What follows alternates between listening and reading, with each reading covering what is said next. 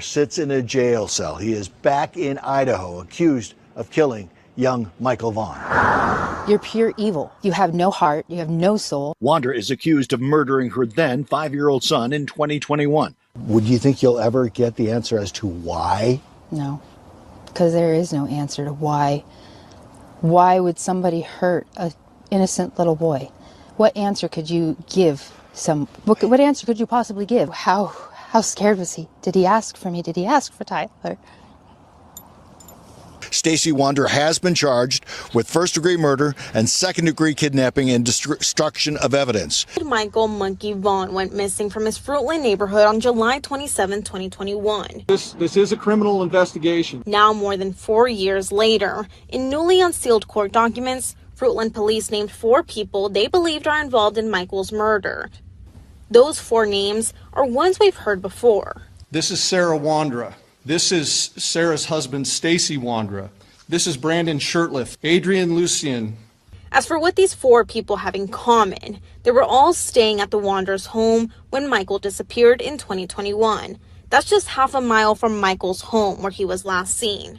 In the PCA, police pointed to video evidence they say showing Shurtliff walking around the neighborhood. They say Shurtliff helped move Michael's body in a duffel bag temporarily to his mom's home in Kuna before standing guard as they buried him in the Wondras' Fruitland backyard. Stacey Wondra told police the 4 hoped to sell Michael for $10,000 each.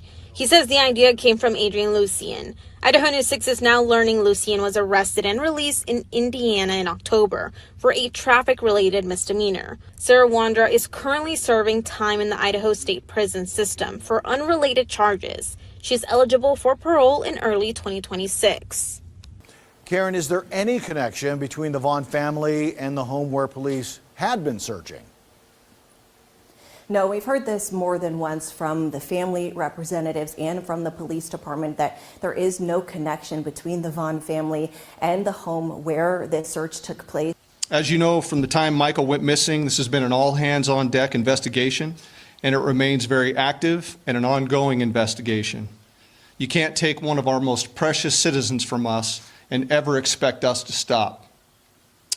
During the course of this investigation to date, we received credible information that the remains of Michael Vaughan could be found in the backyard at 1102 Red Wing Street in Fruitland. As a result, the Fruitland Police Department obtained a search warrant for the residence along with the front and backyards. That search warrant was served on November 11th. It was a Friday. We served that late in the evening. Upon entry, officers encountered Sarah Wondra, one of the known occupants of the home, and Sarah was subsequently arrested based on probable cause that she had knowledge of Michael's death and failed to report that death to law enforcement. The following day, the Fruitland Police Department, joined by the Idaho State Police, the Idaho Mountain Search and Rescue, the Fruitland Fire Department, and the Fruitland Public Works Department, began a very methodical excavation of the backyard of the Wondras' home. During that excavation process, the Idaho Mountain Search and Rescue, Mountain States detection dogs deployed multiple certified human remains detection dogs on the property, all of them alerting to the presence of human remains. Ground penetrating radar was also used and deployed, detecting anomalies in the backyard. We completed the excavation of the entire backyard and removed over 250 yards of dirt. Prior to backfilling the yard, the dirt was meticulously sifted for any potential human remains. We did not find Michael's remains. Although the remains of Michael Vaughan were not recovered, we strongly believe, based on evidence, that Michael was abducted and is deceased, and that his remains were buried and later moved from the property. As of today, the whereabouts of his remains are unknown. However, the investigation is active, fluid, and ongoing. Once the excavation was complete, we conducted a thorough search of the Wondras' residence. The search was productive, and additional investigative evidence was recovered and is currently being processed.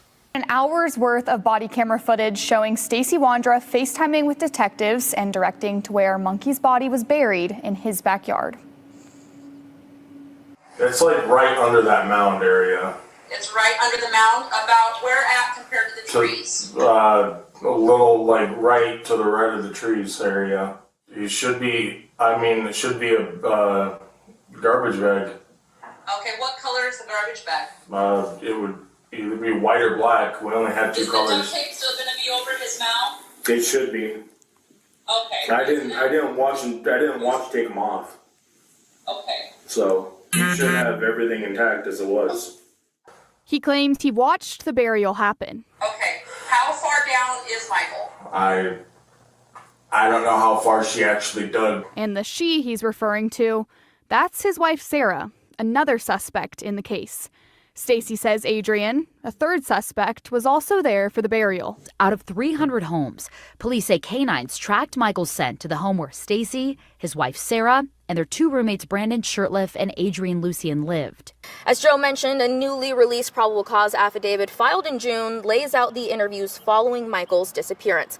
Again, during these initial searches, police say canines tracked Michael's scent to the fence line of the home where Stacey Wondra, his wife Sarah, and their two roommates, Brandon Shurtliff and Adrien Lucienne, lived. All four of those individuals have been named people of interest in Michael's disappearance.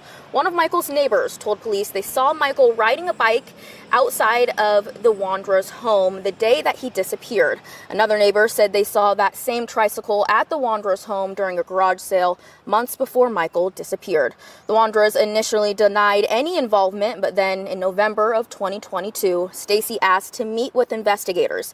The PCA states Stacey claims he was home the night Michael was allegedly abducted and saw Sarah carrying Michael into the house. Stacey allegedly told police it was Adrien's idea to take a child to sell for money, and they would get a $10,000 cut.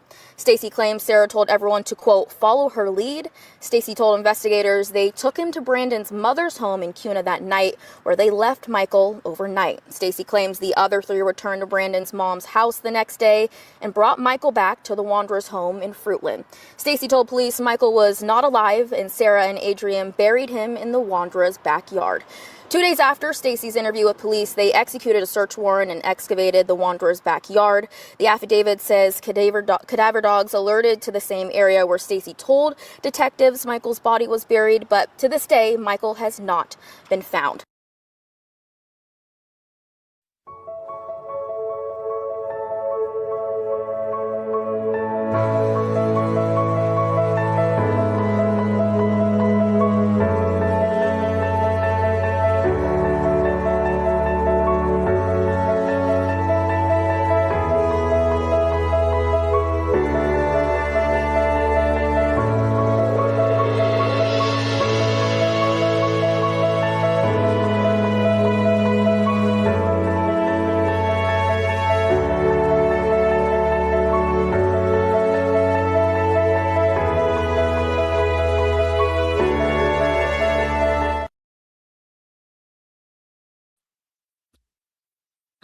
Hello everybody. Welcome in. Today is July 27th, 2026. My name is Samantha. Welcome into Missing PNW Crimes Revisited. Thank you guys so much for being here.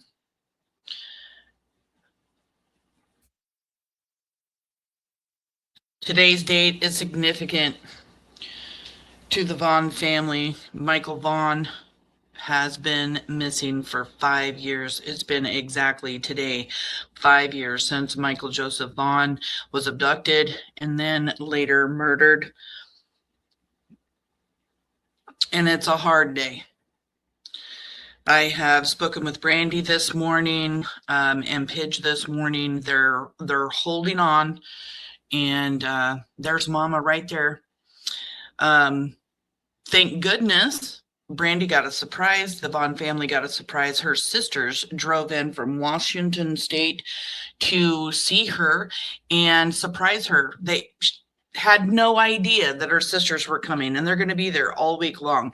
So what a great time for her sisters to come. And if you've already watched the press conference from this morning, you see them standing beside Brandy, Katie, and Lynn. Thank you guys so much. I am so happy that you guys are there with the Vaughan family.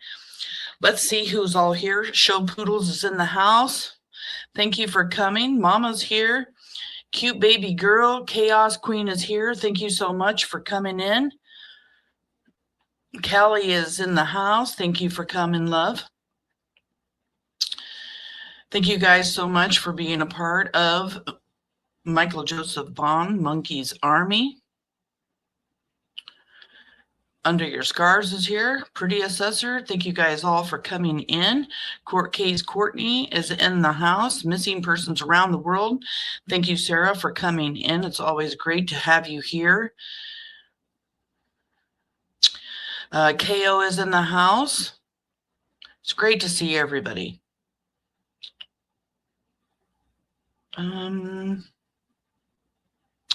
Deedles is here. Thank you for coming.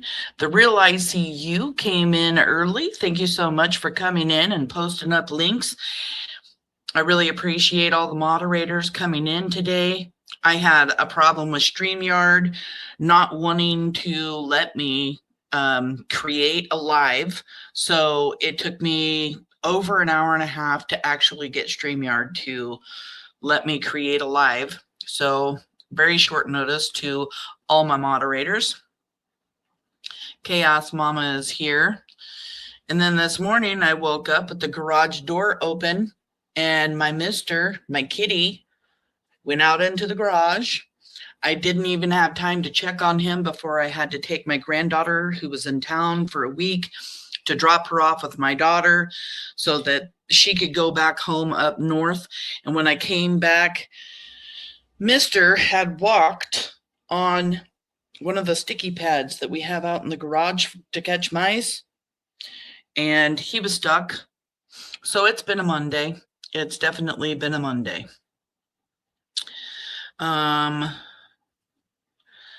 Brenda's here. Clever Phase is here. Pointer Lover is here. I need to do something real quick. Make sure that I've got everything set up in my YouTube studio. Give me 1 second.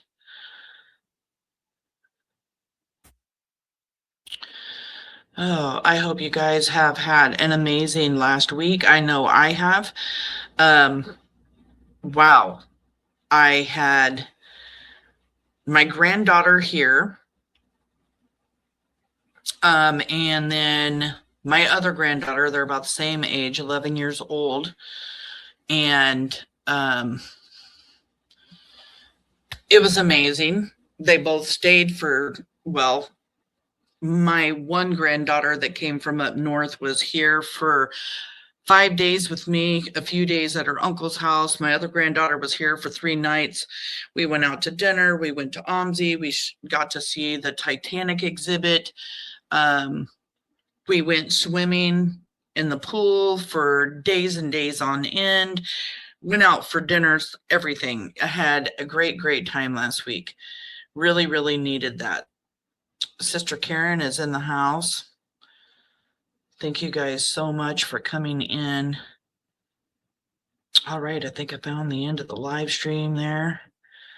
All right, everything's all set up. So needless to say, it's been a chaotic morning. Truth to Light is here. Thank you so much for coming in.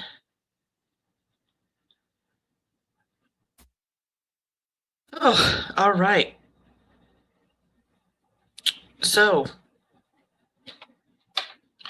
first, I want to start off with saying that the event that was going to be held at the Fruitland Park is canceled. There are a lot of fires near and around Fruitland, Idaho right now.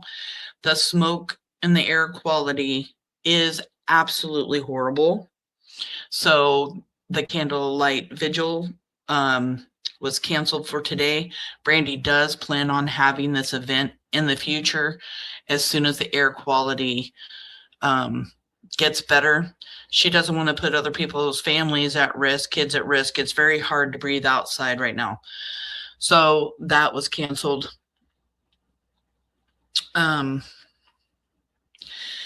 Today, I want to go over a timeline. How we got here 5 years later. It's an amazing timeline, and it was created by somebody. I don't even know who it was created by, but the way that this timeline starts, it starts from the very beginning, all the way back to when somebody, a witness, saw the tricycle in the spring of 2021 prior to Michael's abduction. The timeline, the way that it moves forward, you know what, actually, I'll get to that in a minute. Sorry. Michael Joseph Vaughan was abducted and murdered. He was abducted July 27th, 2021, exactly 5 years ago. Fruitland Police Department named 4 suspects: Stacey Wondra, Sarah Wondra, Adrien Lucienne, and Brandon Shurtliff. Stacey Wondra was arrested, has been charged with first-degree murder, second-degree kidnapping, and destruction of evidence. Sarah Wondra is currently serving time in prison and will be released in October, but she will not be released as a free woman, except for a few seconds right before they arrest her and charge her with first-degree murder, second-degree kidnapping, and destruction of evidence. Adrien Lucienne and Brandon Shurtliff's arrests are imminent. They will come. The prosecutor put something out that said their arrest will come. All 4 suspects will be charged in Michael Vaughan's abduction and murder. And it's coming. Michael Joseph Vaughan wandered away from the family home there in Fruitland, Idaho, while Tyler Vaughan, his dad, was busy changing the diaper, ordering pizza, waking up the baby. He saw Michael as he went through the living room on the way to the bedroom to go get baby Sissy awake and change her diaper. And during that time, Michael Vaughan wandered away from the home. No matter what you hear, that is the fact. He wasn't missing in the home. Nobody did anything to Michael Joseph Vaughan except for these 4 suspects. While he was wandering around, losing his flip-flops, his new flip-flops that he was wearing, many witnesses in the neighborhood saw Michael Vaughan walking around trying to find a friend to play with. Unfortunately, nobody walked him home and made sure that he got home. And he kept wandering around, and monsters were in the neighborhood. Sarah Wondra and Adrien Lucienne created a plan to abduct and sell a child, and Michael Vaughan was the one that was abducted. They lived not even a 4-minute walk away from the Vaughan family house. The Wondras' home wasn't far. It was just in the other subdivision. Stacey Wondra ends up at a splash pad, gets out of his vehicle, checks the handles on his vehicle, walks around and looks around as if he's looking to see if anybody's watching him, and starts waving at children. And yet he doesn't want to be charged with first-degree kidnapping or murder. They've already taken off the table that he came up with any plan to do this, which is outrageous to me, because this was a planned abduction. Stacey Wondra will not get his charges dropped. It's not going to happen. He was involved with transporting Michael Vaughan from the Wondras' home to Kuna at Brandon Shurtliff's mother's house, where Brandon Shurtliff and Stacey Wondra created a plan together to come up with an alibi. And the alibi was to tow Brandon Shurtliff's car back from Cuna. The moment that Stacey Wondra decided to help transport Michael Joseph Vaughan, he was hiding and concealing Michael Vaughan from his family. And that ultimately led to Michael Vaughan's death. Because these 4 suspects duct taped Michael Vaughan, put him in a duffel bag. Stacey Wondra said he was given insulin. He was put in the bed of a truck and transported to Cuna in over 100-degree weather. Stacey Wondra says that Sarah told him when they went back the next day to get Michael from Cuna, Michael had passed away from suffocation. These are the facts. This is what Stacey Wondra is saying happened. We heard all of his confessions during the preliminary hearing in March 2026, where the judge did find probable cause. We have lots of motions that are being filed by Stacey Wondra's attorney wanting the cadaver dogs that not only hit on the Wondra's property, but also hit in Cuna and the Wondra's Lexus. 10 cadaver dogs hit. We just read these court documents last week, and 10 cadaver dogs hit on the Wondra's home. They want the canine cadavers thrown out of court. Their handlers thrown out of court. Stacey Wondra wrote a Thanksgiving letter admitting to what he did. It was supposed to be mailed off to the Vaughan family. It wasn't. They want that thrown out of court as well. They want the FaceTime where Stacey Wondra confesses to his mother and cries and tells her what happened to Michael Joseph Vaughan. When no detectives are around, not only did he write that letter on his own free will, but he also talks to his mother. Nobody's around. She says, "Did you kill Michael?" He shook his head, yes. Sarah did, accidentally, by suffocation. How was that an accident? Stacey's mom says. It's not an accident when you make the decision to abduct a child, give them insulin, put them in a duffel bag with a bunch of clothes all around him. What did they expect was going to happen? Stacey Wondra says that Sarah, Adrien, and Brandon went back to Cuna the next morning, brought Michael Joseph Vaughan back to the house in Fruitland, and buried Michael in the backyard. They searched that backyard. They dug 4 feet down in that backyard. We know that they found anomalies in the backyard. What is anomalies? The dirt in the backyard had been disturbed. J.D. Huff says, based on evidence, they believe that Michael Joseph Vaughan was buried in the Wondra's backyard and later moved. And we believe that Brandon Shurtliff moved Michael from that backyard, and he has yet to give up the location of where Michael Vaughan is to this day. We believe that Sarah and Brandon both did this together, and we want to know where Michael is. It's 5 years. Do the right thing, Brandon, and tell us where Monkey is. He deserves to be home with his family, to be laid to rest.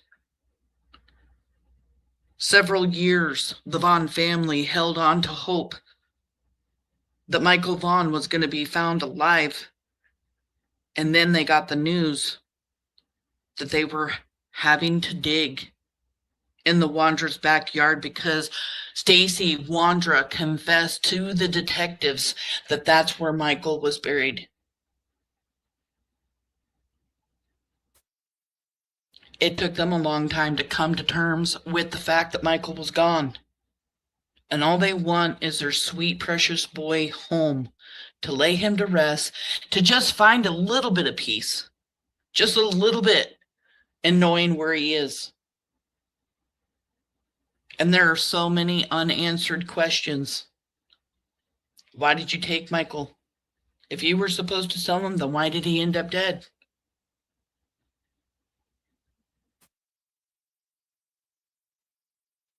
Where is he? What happened to him? Which one of these suspects is going to come forth and tell the truth?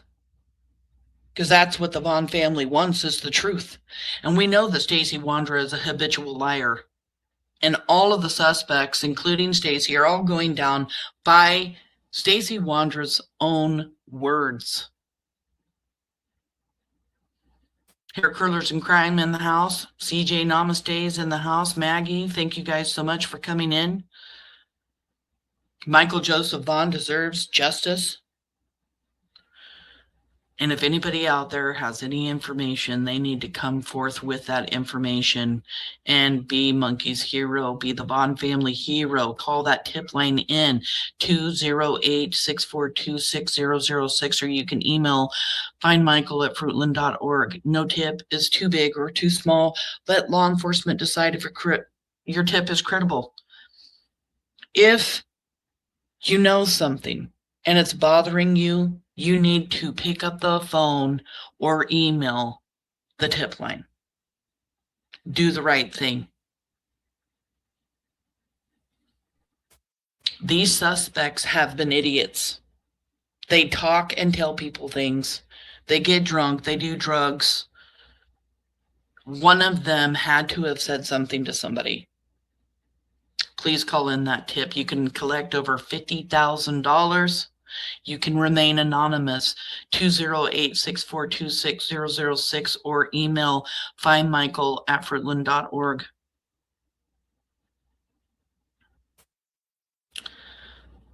I just realized that I didn't send Brandy a link.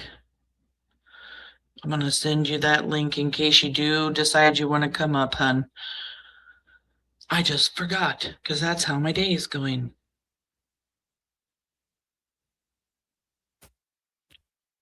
All right. I sent you that link, Brandy. Sorry. I am having an emotional day. The Vaughan family's having an emotional day. Pidge was trying to hold on when I talked to her today, doing her absolute best to just hold on, be there for her mom and her dad and her brother and sister. She was going to go into work and then didn't go into work, got to show up to be part of the news conference, is what I want to share with you guys next. It's about 14 minutes long, and it is the press conference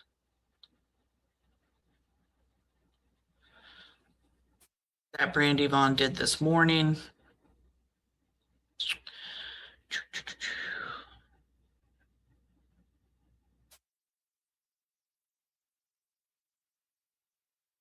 Here we go.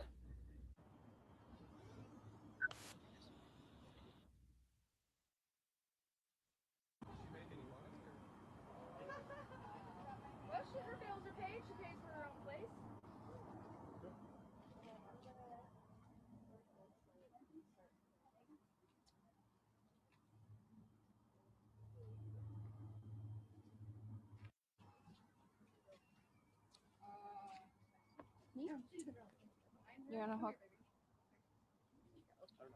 You want to be out here? Stand over here. And they can see the picture. Yeah. Yeah.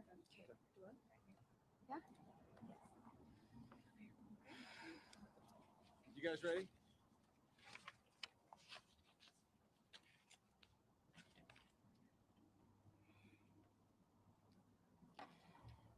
Good morning, everyone. Thank you for being here. My name is Brandy Vaughan. I am Michael Joseph Vaughan's mama. 5 years ago today, on July 27th of 2021, our beautiful little boy, Michael Joseph Vaughan, was abducted from our neighborhood in Fruitland, Idaho. Today marks 5 years, 60 months, 260 weeks, 1,826 days, 43,831 hours, 2,629,888 minutes, and 158 million seconds. Every single one of those moments has been spent loving Michael, missing Michael, searching for Michael, and praying that today would be the day he comes home. Since Michael's disappearance, there has been an extensive criminal investigation alongside the search for our son. Law enforcement has pursued countless leads. They use specialized canine teams, drones, helicopters, boats, ATVs, fixed-wing aircraft, kayakers, paragliders, search warrants in every available source that they could find. Local, state, and federal have dedicated 5 years to finding answers, and our family remains deeply grateful for all those efforts. One heartbreaking truth remains. Michael has not been brought home. For 5 years, our family has lived with questions no parent should ever have to ask. The anguish does not fade with time. It follows us into every morning and every night, even in our dreams, where sometimes, just for a moment, Michael is with us again.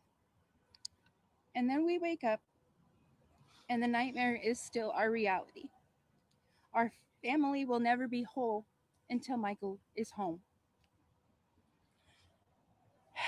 There are people, monsters, that know where Michael is. For 5 years, they have carried answers that they have not shared. Nothing can change what has already happened and been done. But one choice still remains. Tell the truth. Bring our son home. You had no right. Before I go on any further, I want to tell you about our little boy. We are all here for. To the world, he is Michael Joseph Vaughan. To us, he is our sweet monkey. Monkey had the brightest smile and the sweetest laugh. His laughter filled every room and made everyone around him smile. He loved monster trucks and hot rods. His favorite hot rod is Papa's.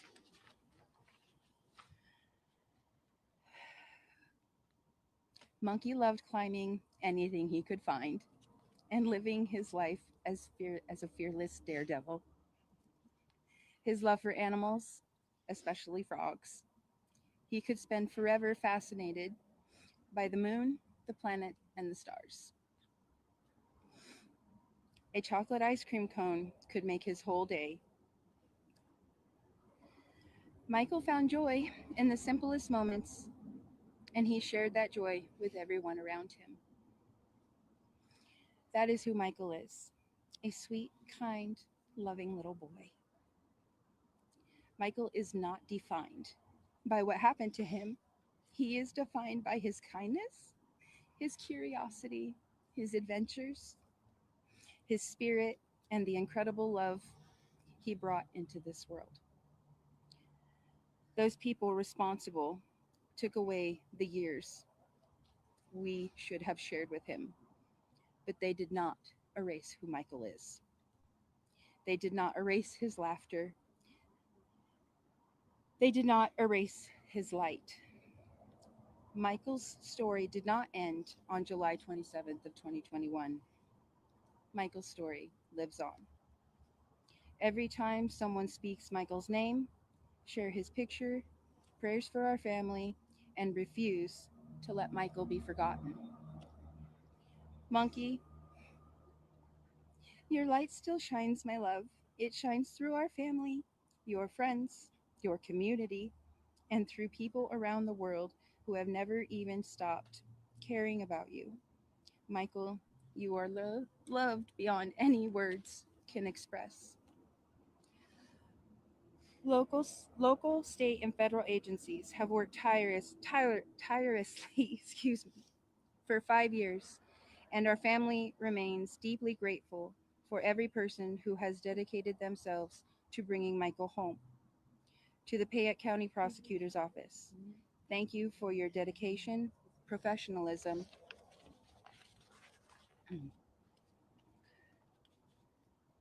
and the tremendous responsibility you carry as Michael's case moves forward through the criminal justice process.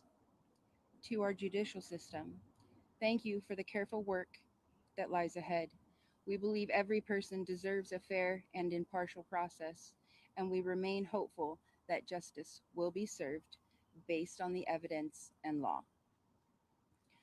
To every volunteer who searched fields, canals, neighborhoods, rivers, and open land, thank you.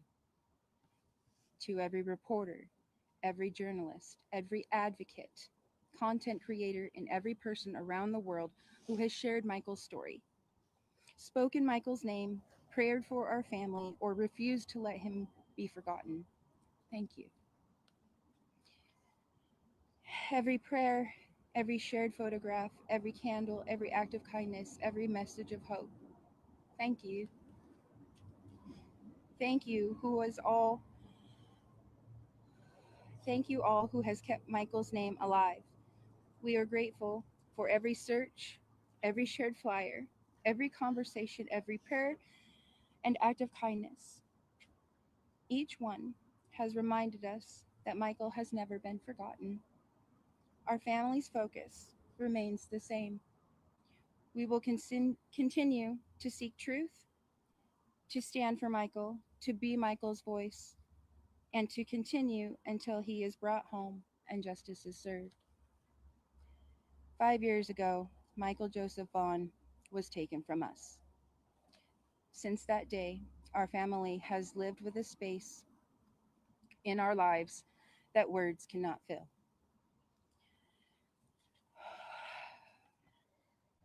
Our mission has never changed to bring Michael home. For 5 years, we have chosen hope over despair, perseverance over giving up. To everyone who has stood by us, thank you for refusing to forget Michael. Michael is more than a case number. He is a son, he is a brother, and a grandson. Michael is a little boy who was barely 5 when he was taken by monsters. He was just a sweet, innocent little boy who was deeply loved and deeply missed every single day. Thank you for continuing to stand with us, to honor Michael, and to carry hope with us. We will never stop speaking his name until we bring our baby home. I pinky promise, monkey. I love you, Michael Joe. Thank you. Yes. More hope as we continue through the court process. The air quality. Do you guys have other plans to honor Michael? This evening, I am going to do a podcast and celebrating Monkey's life as a family at home together.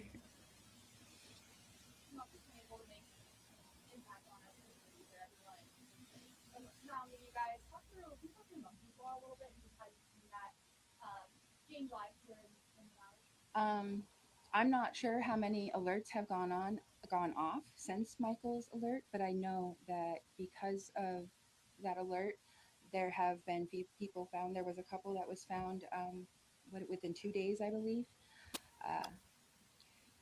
I believe it is helping the state of Idaho get those alerts out for people that don't qualify for an Amber Alert or like the elderly. It's been very beneficial to have in our state now, I believe.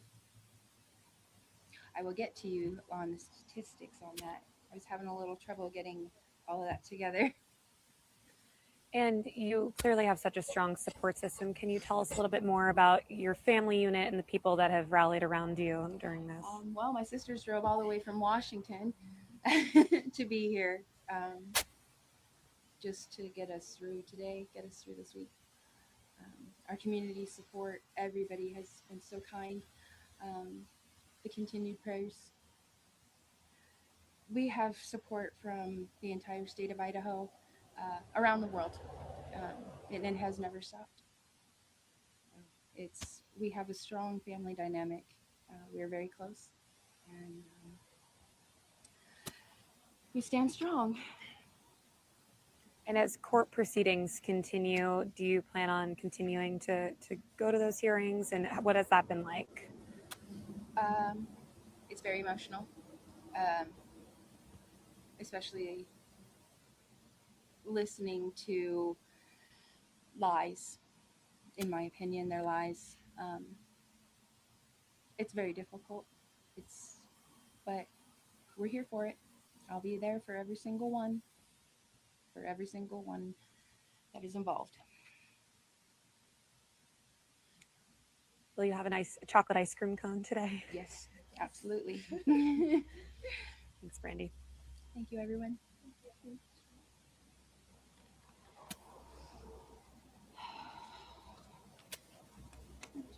Yes.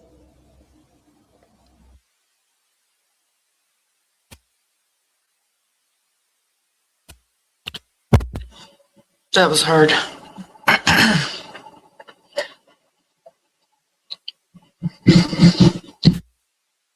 Boogie stood up there like such a big girl. When I watched that for the first time today, I just could not stop crying. That poor sweet baby girl misses her brother so much, her best friend.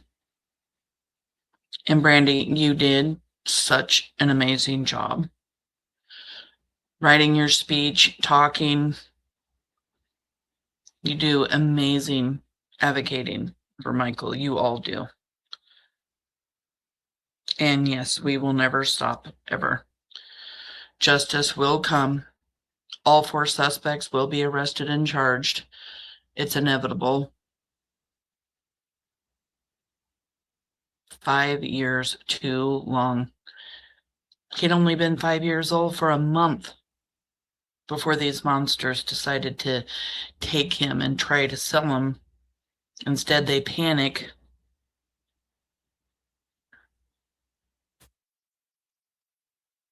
Today's just a hard day.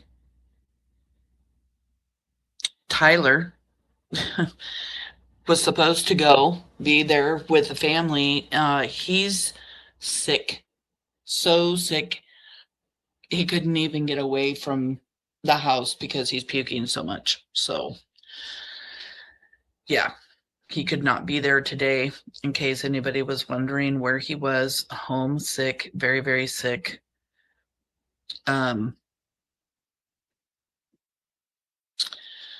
Brandy, you did phenomenal. I just want you to know that, and we love you, and we're here for you. Thank you guys all for being a part of Monkey's Army and being so supportive of the Vaughan family and Michael and me. And I want to get into this timeline. I do not know how long it is going to take for me to read through it. We are going to be stopping and talking about all the little details, because how did we get here 5 years later? We know because of court motions that have been filed. We know by Stacey Wondra's own confessions to detectives what happened to Michael, the probable cause affidavits that have came out, things that have been said, like Adrien Lucienne hiding in a closet on August 1st, 2021, just days after Michael Vaughan's abduction. And again, I want to explain to you all exactly how this timeline goes. It is of the events. So it will start off when a witness sees the tricycle in the Wondras home in the spring of 2021. And if I have any information that I know also happened in the spring of 2021 or moving forward, I will also try to add that in. But we're going to see how we got to where we are today. How we are to the point where Stacey Wondra has been charged and arrested and is now going to have a pre-trial August 4th. Then there are motion hearings that are coming August 11th, 12th, and 13th. Then we have Stacey Wondra's trial September 14th. Sarah Wondra will be released from prison October 26th, and she will be arrested and charged on October 26th. And then we have arrests coming after that for Brandon Shurtliff and Adrien Lucienne. Those are the facts. And this timeline is an amazing timeline. It has details in there about these suspects that some of us may not have ever heard before. And that's why I picked this timeline. It has been used on Monkey Monday before, but I want to read it. I want to go through it because I know there are things that are missing in this timeline that I can add and give more of details. And throughout this week, because it has been 5 years, we are going to go over other things that I have saved on my computer, news articles, whatnot, because it's been 5 years. She definitely is the strongest mama bear I've ever met. Where's Monkey, Brandon? A question we all want to know. A question that the Vaughan family deserves to know. So I'm going to share my screen. This is called the Michael Vaughan case files for missing and endangered. And then here is Michael Vaughan. Missing since July 27th of 2021. Last seen wearing a light blue Minecraft shirt and black boxer briefs with lime green stitching with size 11 flip-flop sandals on.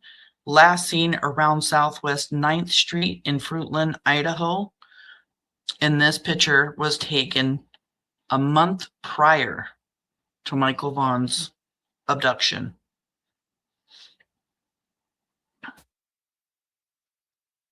Missing Michael Vaughan. Michael Vaughan, also known as Monkey, disappeared from Fruitland, Idaho on July 27th of 2021. This timeline follows the reported sightings, search activity, evidence chain, investigative developments, and later criminal proceedings connected to the case. In the spring of 2021, prior to Michael Vaughan's disappearance, between April and May of 2021, witness Kim Elko attends a yard sale at the residence of Sarah and Stacey Wondra. She sees a pink Big Flyer tricycle resting on a stack of boxes in their garage. Elko later describes the garage layout, and investigators confirm the same boxes were still in place during a later search warrant. This tricycle is later linked directly to Michael's disappearance. And then this part right here, this is also in the probable cause affidavit. And then there is a chunk of information missing from here because it wants to jump straight to the day of Michael Vaughan's disappearance. But let's not forget Sarah Wondra's mom, Kay Ramsey, found that pink tricycle in the spring of 2021 while out walking around with her husband Ed, and they found that tricycle. They brought it back to the Wandra's house and stored it on the top of boxes because they shared that garage with Sarah and Stacey. And this tricycle is linked to Michael Vaughan because there was a witness who came forward saying that she saw Michael on the tricycle. Tuesday, July 27th of 2021, day of Michael's disappearance. It says 3:23 p.m., but that's not when. Oh, day of disappearance at 3:23 p.m. Surveillance footage captures Stacey Wondra driving a white Lexus into the splash pad parking area of Southwest 8th Street in Fruitland. He exits the vehicle, walks around to the passenger side, and tests the door handle of another vehicle or structure. He tests the door handle on his own car, looks around to see if anybody is watching him, and proceeds to wave at children at the park. 3:24, Stacey re-enters the Lexus, returns to the driver's seat, and leaves the area via Southwest 8th Street 1 minute after arriving. Stacey Wondra told everybody during his YouTube shit show that the reason why he stopped at that splash pad was because his chew had fallen to the floorboard of the car and he was too big to lean over and get it. So he got out of the vehicle to get his can of chew, yet Stacey Wondra never gets the can of chew. He only tests the door handle. 5 p.m., Sarah Wondra later claims that she and Stacey slept until noon and left home around 5 p.m. to tow a vehicle to Kuna, Idaho, both denying being home around 6:30 p.m., though surveillance and phone data later prove otherwise. And this was later on, Sarah Wondra reported to detectives that at 5 p.m. So kind of see how this timeline goes. Whatever they have said, it's put into the timeline this way. It can confuse you, but just keep in mind, this is going off of what these suspects have also said on top of evidence and confession footage. 5:08 p.m. surveillance and cell data placed Sarah Wondra, Adrien Lucienne, and Brandon Shurtliff in Sarah's blue Toyota Corolla traveling within Fruitland. And they traveled over to Ontario, Oregon. Cell tower data shows Sarah, Adrien, and Brandon in the blue Toyota Corolla, verified by surveillance in Fruitland. 5:12 p.m., the Toyota Corolla leaves the neighborhood. 5:56 p.m., the same Corolla returns to the area. At 6:08 p.m., an adult male, later identified as Brandon Shurtliff, appears walking near Three Rivers Way on surveillance video.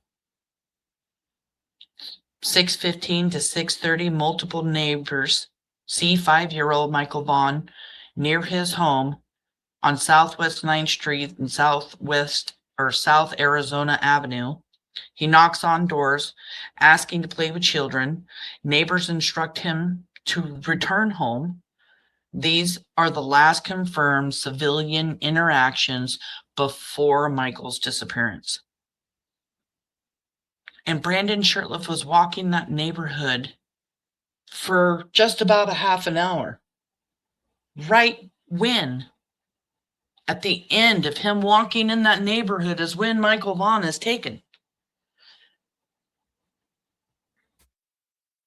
6:18 p.m., the same male, Shurtliff, is captured again on surveillance, walking near the splash pad area.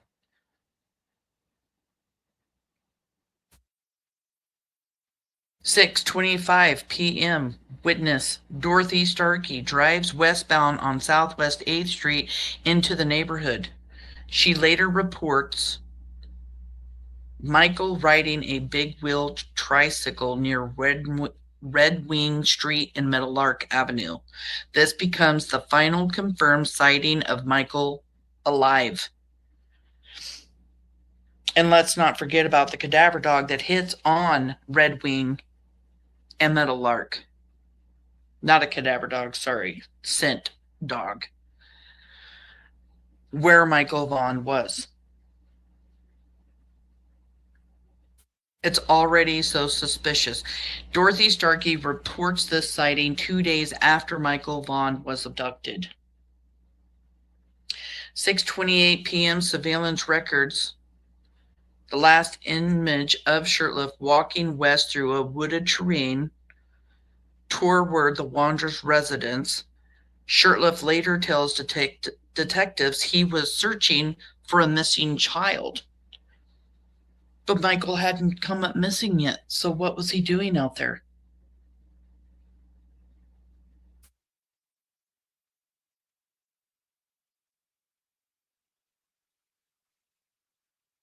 Kelly Dime in chat also says, which Stacey claims they used said tricycle to lure Michael.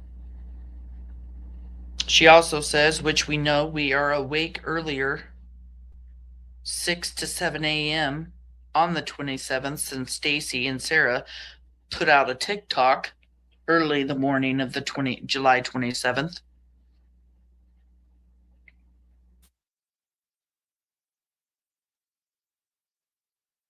And Callie also says, why take a tricycle just to ditch it over the bluffs? Exactly. Which during this timeline, it does go over more and more and more information. This is a very long timeline. So we're going to get to a lot of stuff.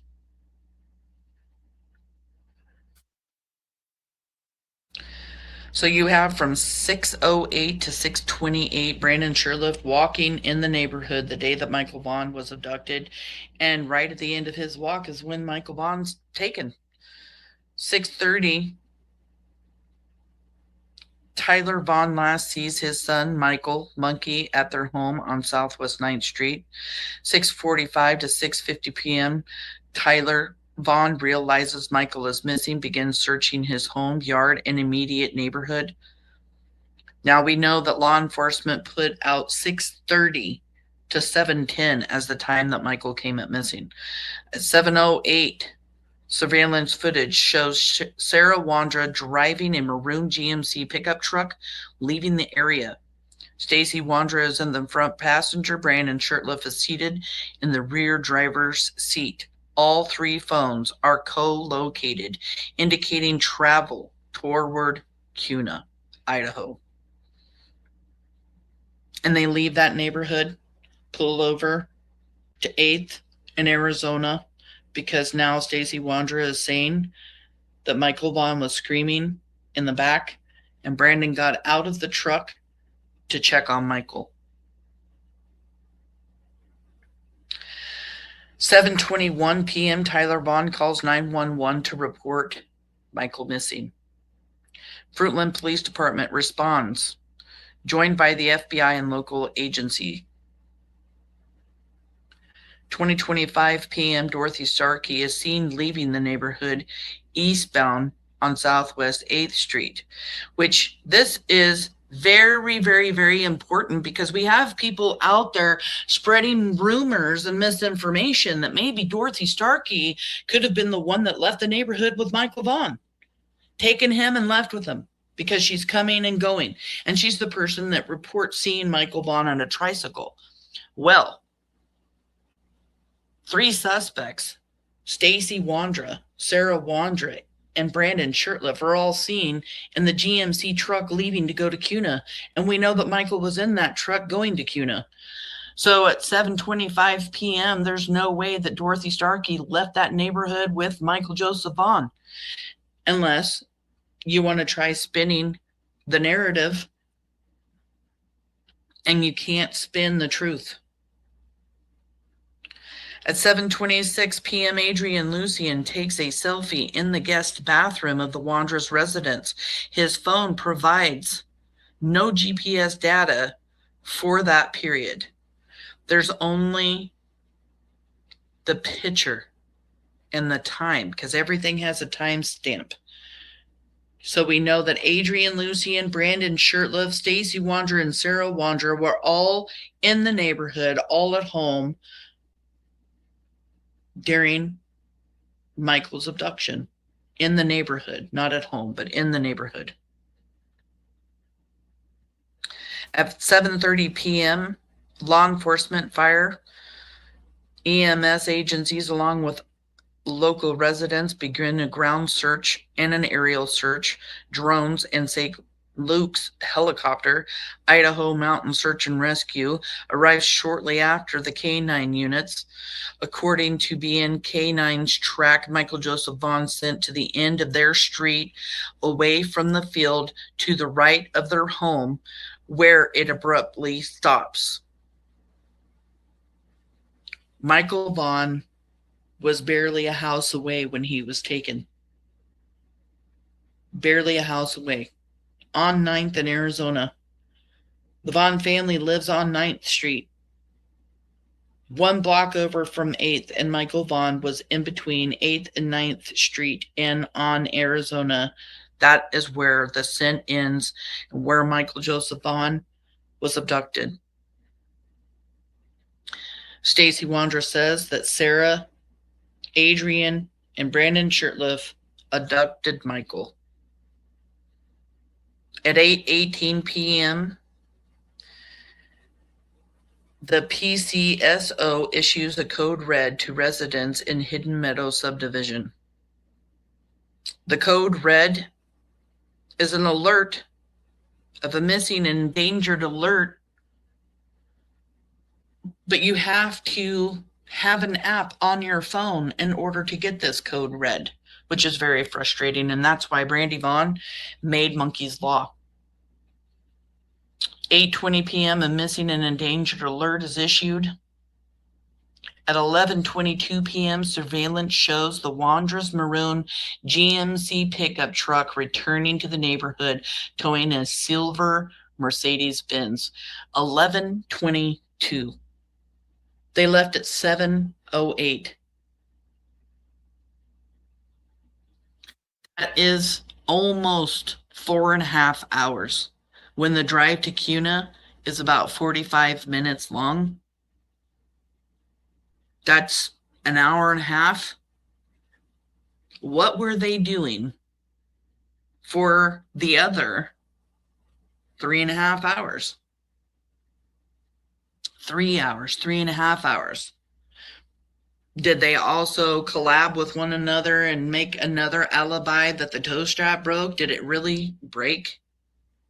Did it? Is there any proof of that? Even if they had to fix a tow strap, it doesn't take 3 hours to do that. So this whole story about Brandon being the only one that goes into the house with Michael, even though Brandon says that Stacey comes in the house, even though Stacey says that Sarah Wondra goes into the house to use the bathroom, there's so many conflicting stories. Who went into the house? Because you guys were there for 3 hours. 3 hours. July 28th of 2021, a massive searches by law enforcement, neighbors, and volunteers are conducted throughout Fruitland. No trace of Michael is found. Video surveillance from multiple neighborhood cameras is reviewed. Michael does not appear on any of it.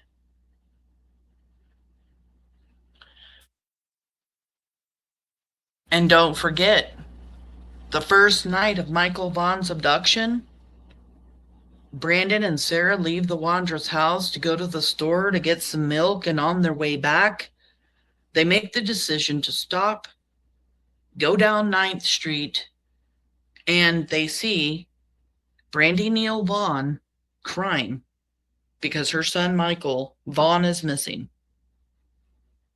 They make that decision. It's written in Sarah Wondra's probable cause affidavit. Why would anybody want to stop and watch, trying to figure out what's going on?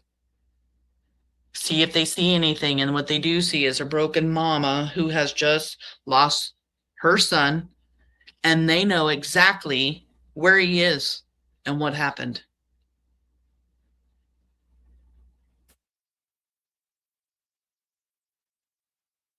The 28th of 2021 is also the same day that Stacey Wondra decides to call his mom. And he tells her, they're going to pin this on me, as he's crying to her. Not telling her exactly what it is that they're going to pin on him, but just that something was going to get pinned on him.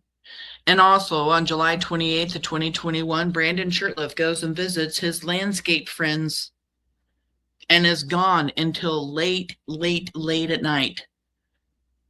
Landscape friends that have all kinds of excavation machinery. Brandon Shurtliff, what were you doing hanging out with your landscape buddies the next day after Michael was abducted?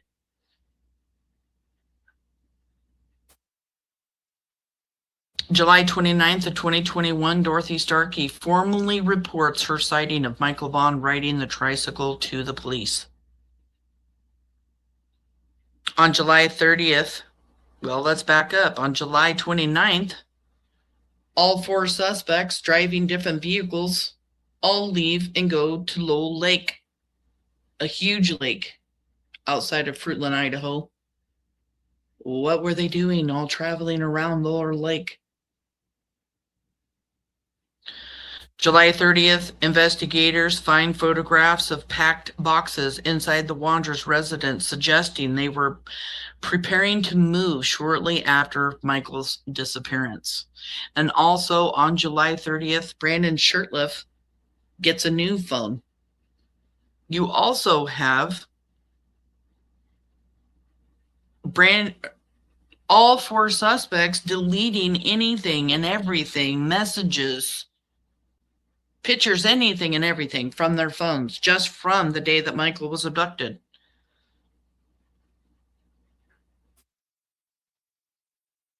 On July 31st, 2021, police chief renews plea for public's help. Chief J.D. Huff again urged the public to come forward with any information about the missing child, Michael Joseph Vaughan. August 1st of 2021, an initial police contact press release. The search has included nearly 200 residential properties and interviews with all residents. 5-year-olds can get into things.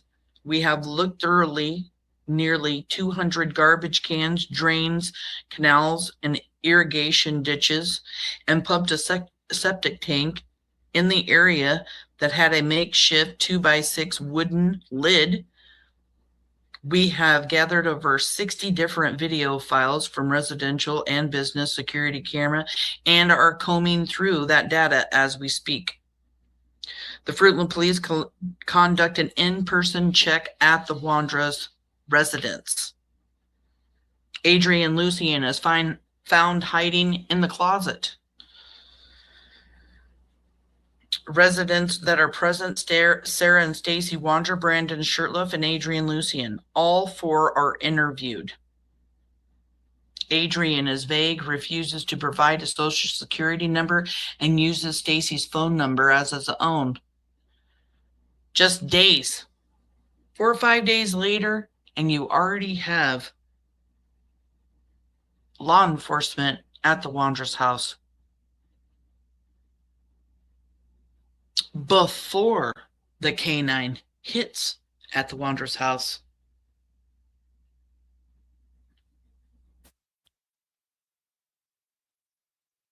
August 2nd of 2021, canine scent search. Live scent canine teams begin tracking using Michael's shoes.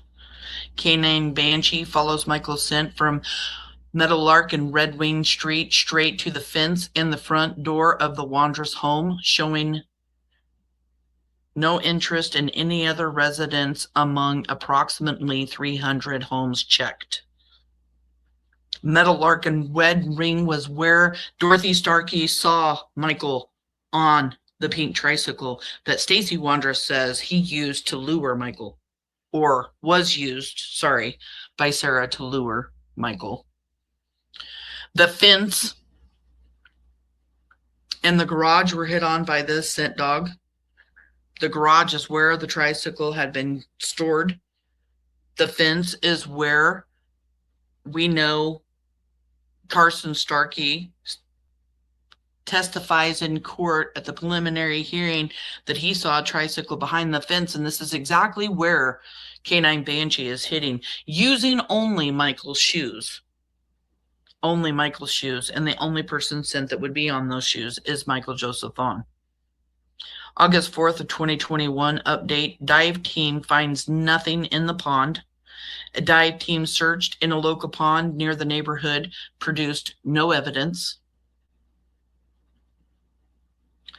August 5th of 2021, well, it kind of skips through some information here because we also know that August 3rd, Banshee went out again, and I don't believe there's any reports on that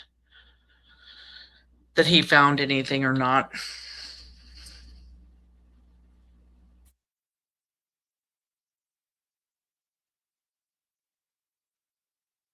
August 5th, 2021, tricycle discovery.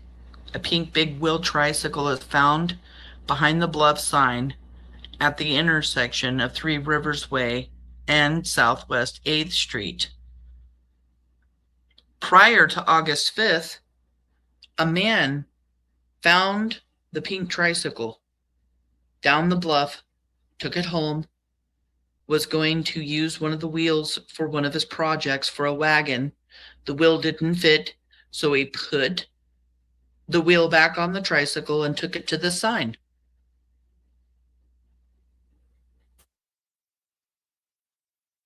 Where the big wheel is found, there at Three Rivers Way and Southwest 8th Street. The tricycle was not present during the searches the previous day.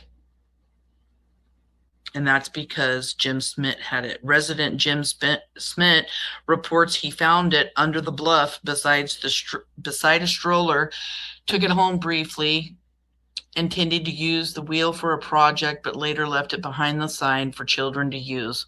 This tricycle is later confirmed as the same one Kim E. saw in the Wanderer's garage in spring of 2021. It's also the same tricycle that Sarah's mother found while on a walk with Ed in the spring of 2021. Huff relieves a newer photo of Michael, said to have been taken just 1 month prior, before he was last seen. Michael was last seen in the area of 9th Street and South Arizona Avenue, Fruitland, between 6:30 and 7:15 p.m. This is the original time. On July 27th, he was wearing a light blue Minecraft t-shirt, dark blue or black boxer briefs with a green stripe, and child size 11 blue flip-flops. He's 3 feet 7 inches tall, weighs about 50 pounds, has blonde hair and blue eyes. On August 6th of 2021, community sets up a web page for missing boy. A dedicated web page has launched to help citizens find updates and resources on the case.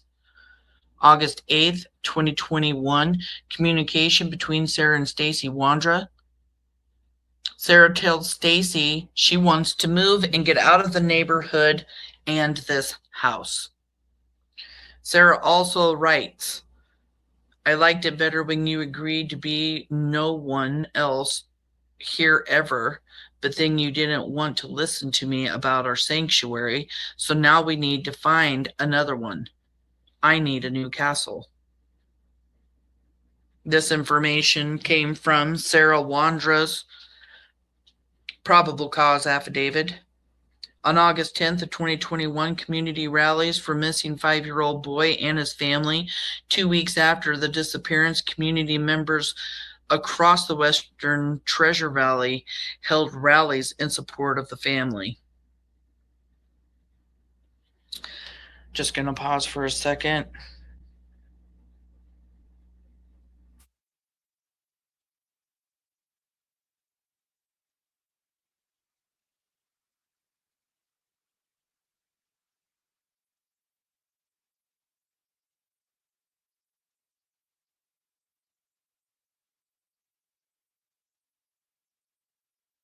August 10th of 2021. Oh, I already read that. August 11th of 2021, Fruitland Police Department turns to social media for missing boy updates. Police began using Facebook to provide community updates and share new developments. August 12th, 2021, falling out between Stacey and Brandon Shurtliff. August 12th, Brandon is kicked out of the Wondra's residence. Sarah changes her phone number shortly after the dispute. What were you guys fighting about, Brandon? I'd like to know. August 13th, 2021, multiple agencies still actively searching the local area for the missing 5-year-old boy, Michael Vaughan. Authorities confirmed continued multi-agency cooperation in the local search effort. August 17th of 2021, investigators will circle back to areas near the boy's home. Fruitland Police announced plans to search parts of the neighborhood close to Michael's residence.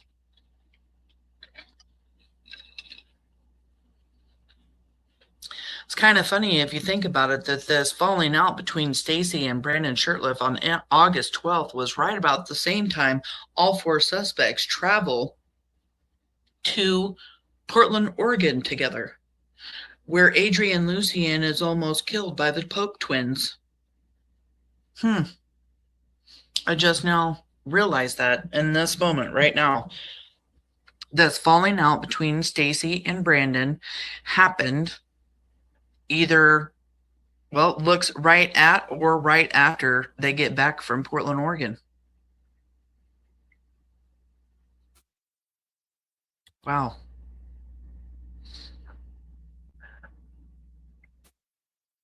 And we know they took a trip to Portland, Oregon.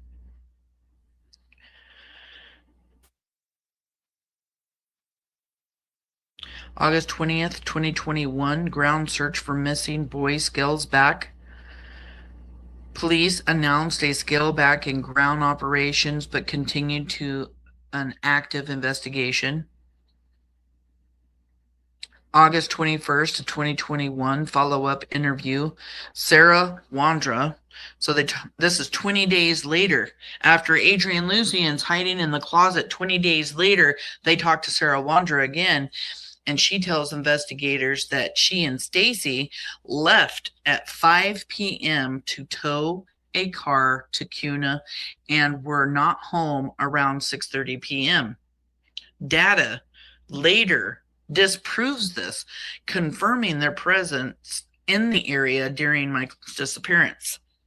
So they lied about what time, because we know they're seen at 7:08 on CCTV camera leaving the neighborhood. August 24th of 2021, no answers, but police are still committed to finding Michael. 1 month after Michael's disappearance, Fruitland Police reaffirmed their ongoing commitment to the case. August 27th of 2021, Fruitland Police J.D. Huff talks about his team's mental health. J.D. Huff addresses the emotional strain on investigators as the search entered its 2nd month. September 3rd of 2021, a reward fund is set up for safe return of missing Michael Vaughan. A reward fund was established to encourage tips for Michael's safe return. September 12th of 2021, have a tip about Michael. Police continue to appeal the public for leads regarding the missing 5-year-old Monkey Vaughan. September 17th of 2021, reward fund for missing Michael Vaughan more than doubles.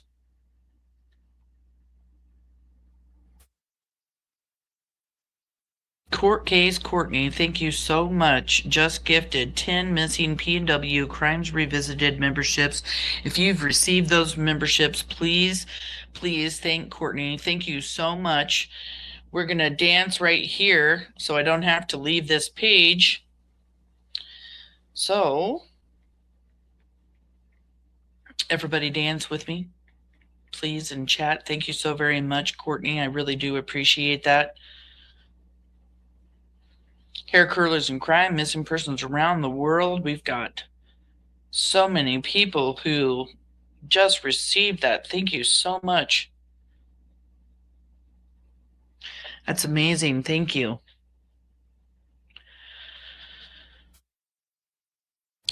On September 17th, the reward fund for missing Michael Vaughan more than doubles. The reward amount was increased significantly as the investigation continued. September through December, behavioral changes.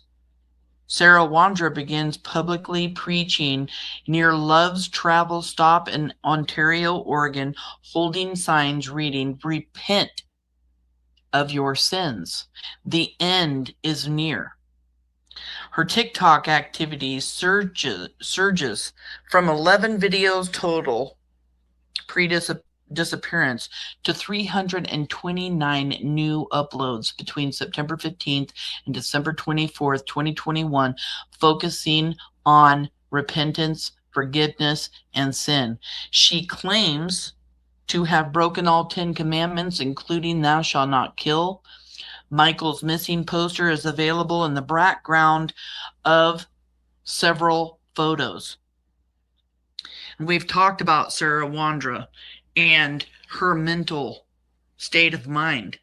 She either did something or witnessed something horrific, and she snapped.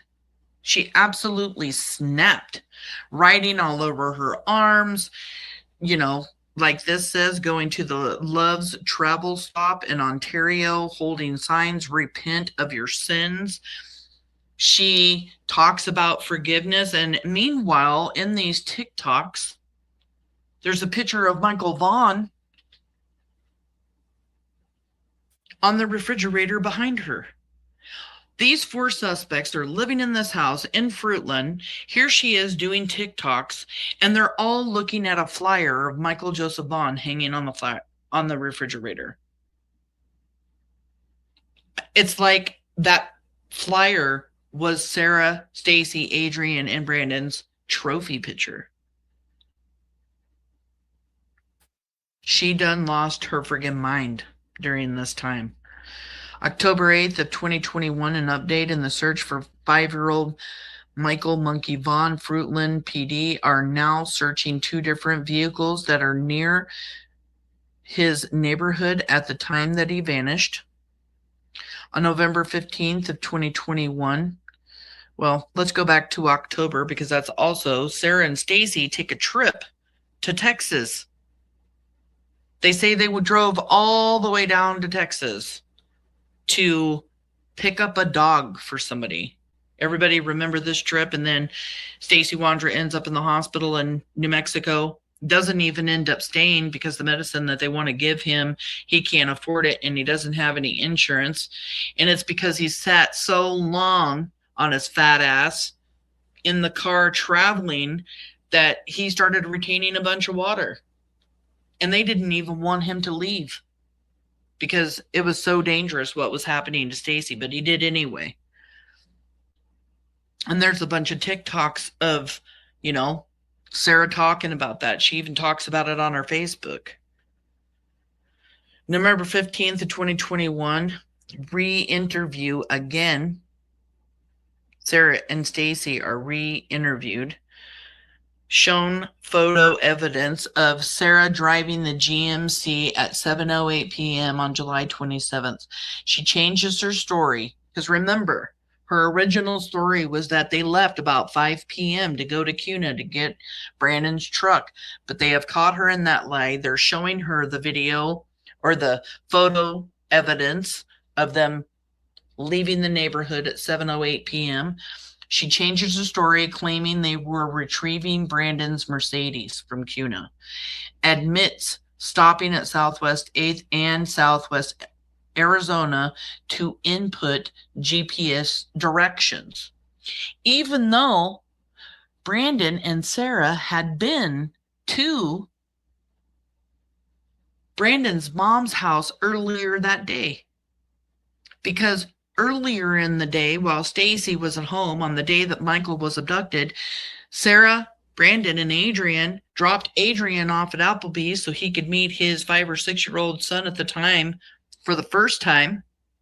Brandon and Sarah leave and go over to the mall. Then they leave and they go to Brandon Shurtliff's mother's house. He says to fill up a water jug. Then they come back and get Adrien. Then they go to a pawn shop to buy some kind of, what was it, a laptop or something. And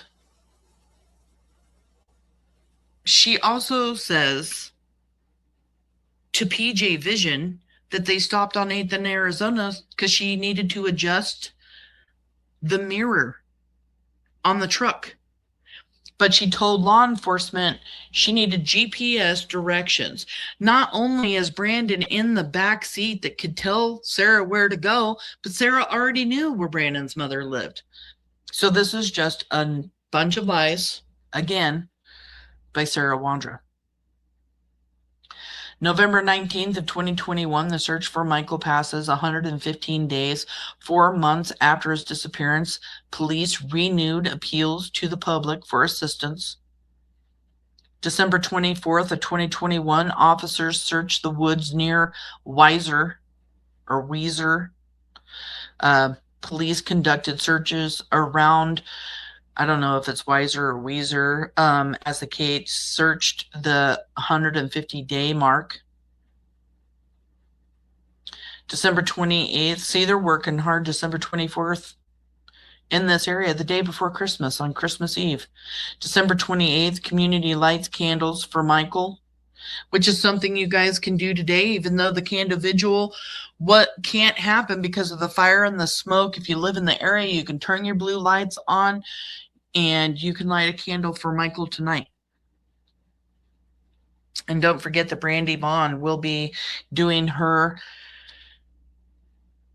podcast on her channel, Brandy Neal Vaughan.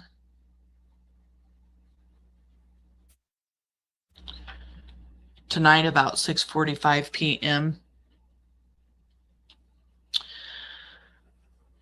March 24th, 2022. 5-year-old Michael Vaughan has been missing for 8 months. The Fruitland Police Department, the Idaho State Police, and the FBI continue to search for 5-year-old Michael Joseph Vaughan. Michael Vaughan has been missing since the evening of July 27, 2021. Since then, our investigators continue to work to determine just what happened during the time leading to Michael's disappearance. We have received nearly 150 leads, and nearly all of them have been cleared. We are working through newly obtained data from that time frame and are hopeful that it will produce new leads. This is an exhaustive, labor-intensive task. The search for Michael has taken on several phases, and after multiple ground searches in and around the area and across the state of Idaho, as we have said, there is a high probability of an abduction.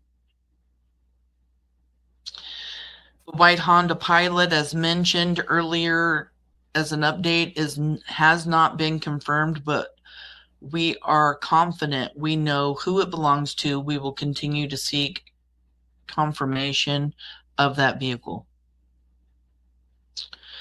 On April 13th of 2022, 6:59 p.m., Fruitland Police responds to multiple 911 calls reporting a disturbance and a possible firearm being pointed at somebody. 7:04 p.m., officers arrive and find Stacey Wondra in the street. 7:05 p.m.,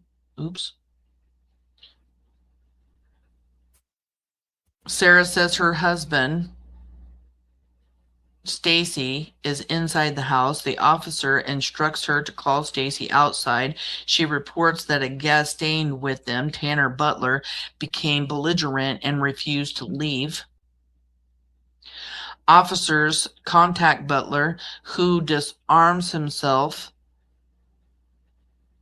and states that Stacey had been bumping into him and attempting to strike him, and that Sarah pointed a pistol at his head at close range before he barricaded himself in a room. Butler shows officers a scrape behind his ear.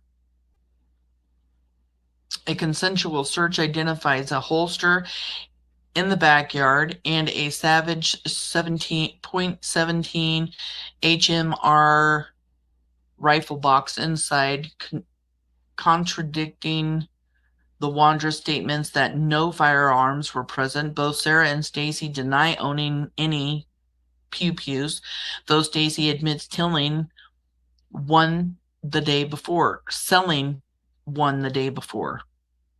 Stacey didn't admit that. I don't know why this says this, because that was turned in by Sarah Wondra to police, that Stacey Wondra had sold a pew-pew. Detectives then recovered a black caliber pistol Sarah's parents' home, which Sarah had brought to them after the incident. She later admits hiding it because she knew she was not supposed to possess a firearm. Officers also find hydrocodone pills inside Sarah's purse during search. In April of 2022, Kay Ramsey's statement, Sarah's mother, Kay Ramsey, told investigators she had found a tricycle hidden in nearby bushes before Michael vanished, and later threw away a green stuffed animal ear that their dog had unearthed. But let's go back to this pew-pew, because Sarah Wondra's mother actually knew about the pew-pew dropped off at her house that was used to hit Tanner Butler. She refused to tell law enforcement when they came to the house where it was, pretended like she didn't know anything about it, until they threatened to arrest her and charge her. And then all of a sudden, she was able to find it and tell police about it.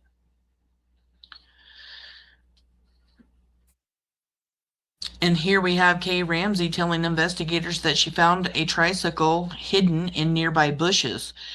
And it is described that she would not be able to go down into the bluff. She did not find it in the bluff. She did not find it. She found it in the spring of 2021. I heard the recordings myself of what she told a person about finding the tricycle, and then changes her story and says that Adrien Lucienne found the tricycle. She hinders this investigation. This green stuffed animal ear was also in the probable cause affidavit when it talks about Sarah and Stacey giving a dog toy, a green stuffed animal dog toy, so that Michael could play with it. The dog ends up digging it up in the backyard, but the only thing left is this ear, which Kay Ramsey said she discarded of and threw in the garbage. April 26th of 2022, bill signing in honor of Michael Monkey Vaughan on Wednesday. Governor Brad Little planned a ceremonial bill signing in Fruitland to honor Idaho's endangered missing persons legislation. April 29th of 2022, Government Little honors signing of Monkey's Law at Fruitland on Wednesday.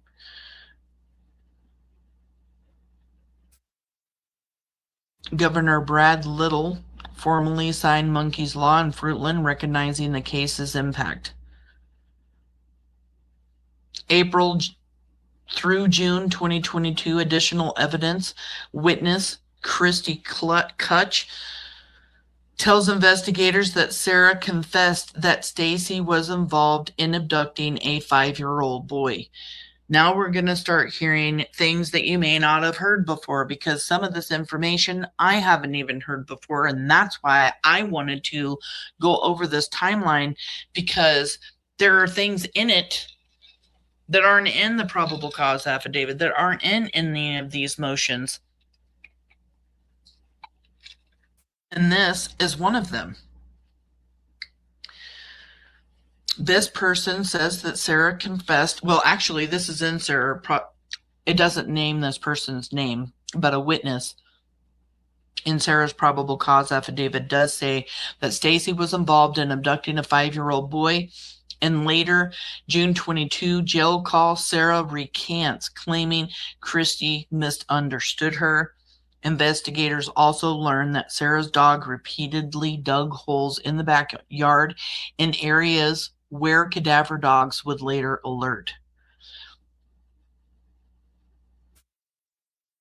So here you have the dog digging holes in areas where later cadaver dogs alert.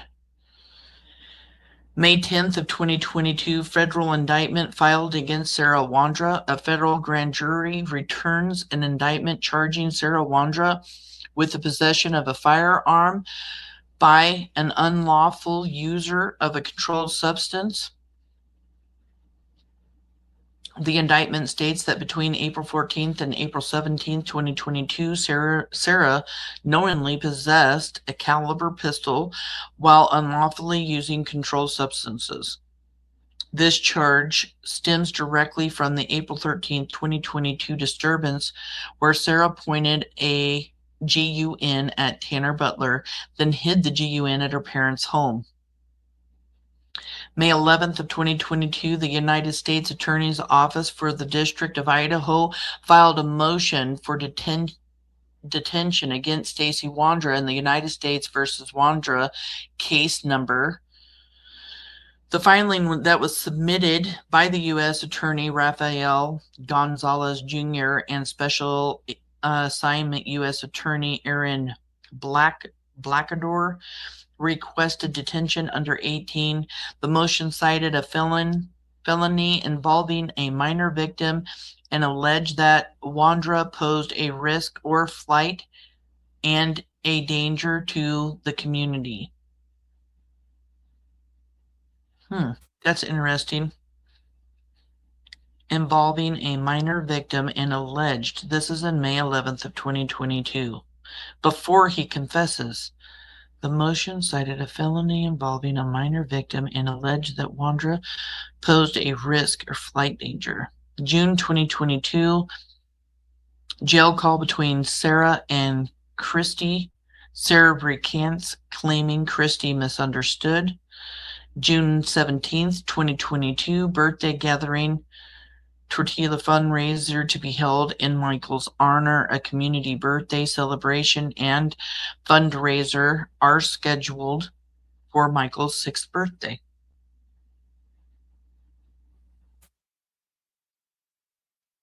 Trying to go back because I want to see this. Why is this saying May 11th? A motion cited a felony involving a minor victim and alleged that Wondra posed a risk of flight and a danger to community. Wonder what that is. June 21st, family hangs on to hope ahead of Monkey's birthday. Michael's family shared emotional reflection of his birthday approached. July 22nd, 2020. Investigators continue an effort to identify the man walking through the splash pad area of Crestview Park leading up to the time of Michael's disappearance. The man is described as a white male adult, late 20s to early 30s. He was seen wearing black shorts, a white t-shirt and cut-off sleeves, dark-colored shoes and hat.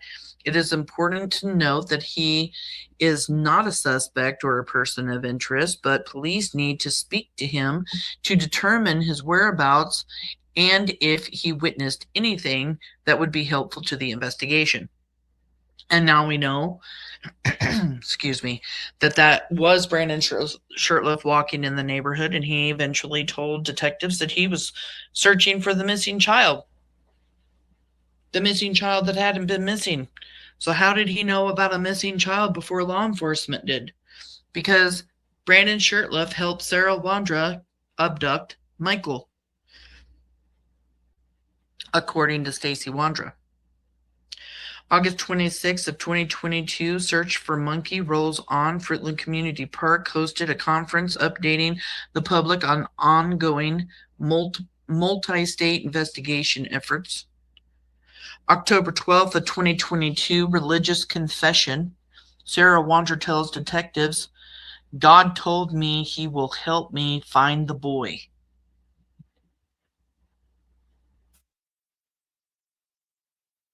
This is also in her probable cause affidavit.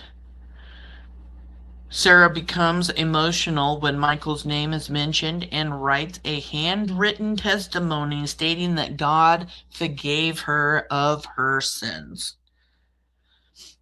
How would Sarah Wondra know? God told me he will help me find the boy. I hate that she says the boy. And she becomes emotional when Michael's name is mentioned and writes a handwritten testimony stating God forgave her of her sins. What sins, Sarah? September 5th of 2022, Stacey's jail contact. Chuck Anderson's granddaughter just gifted 1 missing P&W Crimes Revisited gift memberships. Please make sure to thank Chuck Anderson's granddaughter. Thank you so much for that. We're going to dance in our seat real quick. Dancing. Join me, please, in chat for a dance. Thank you so much. Stacey Wondra, incarcerated in Washington County Jail, contacts Fruitland Police. Stacey Wondra contacts police. That's how this started. Stacey Wondra requested an interview from the Washington County Jail and said Sarah carried Michael into their house the night he disappeared. Says Sarah's behavior changed after Michael's disappearance. Mentions switching SIM cards and selling phones. This is part of the destruction of evidence that Stacey Wondra has been charged with. On November 10th of 2022, Stacey's full confession. Stacey confesses that Michael was brought into their home the night he disappeared. Sarah carried Michael inside. She, Brandon, and Adrien bound him up with duct tape and placed him in a duffel bag. Michael cried and struggled, then went silent. Stacey reports seeing Michael folded in a fetal position inside the bag and vomits while recounting it. They stopped at Southwest 8th in South Arizona to check to see if Michael was still alive and heard a dull scream. They then drove to and this is when Brandon Shurtliff gets out of the truck to check on Michael. Then they drove to Brandon's mother home in Cuna, where Brandon carried the duffel bag inside. The next day, Sarah, Brandon, and Adrien returned to Fruitland and buried Michael's body in the backyard near the shed, the Wondra's backyard.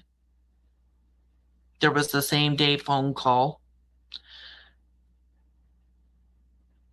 Stacey tells his mother, Tammy Johnson, that Sarah accidentally killed Michael. When asked how, he says suffocation. They buried him in a duffel bag.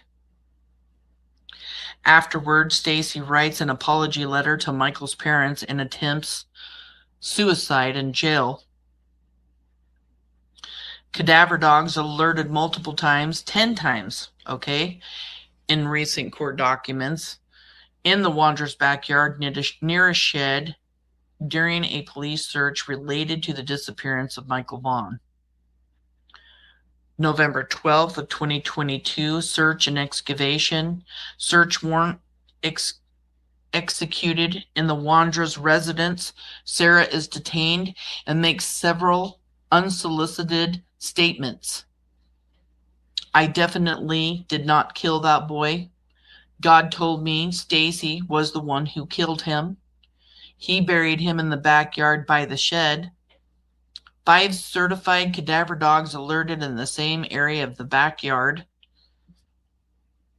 And now in court documents, we know 10 cadaver dogs hit in the backyard, but 5 cadaver dogs alerted in the same area. Investigators note freshly filled and resodded soil. So a year later, a little over a year later after Michael Vaughan's abduction, they are seeing these anomalies, which is freshly filled and resodded soil. Despite extensive excavation, no remains were recovered. Prosecutors allege that Sarah Wondra failed to notify law enforcement or the coroner about a death of Michael Vaughan with intent to prevent discovery of the manner of death. November 14th, 2022,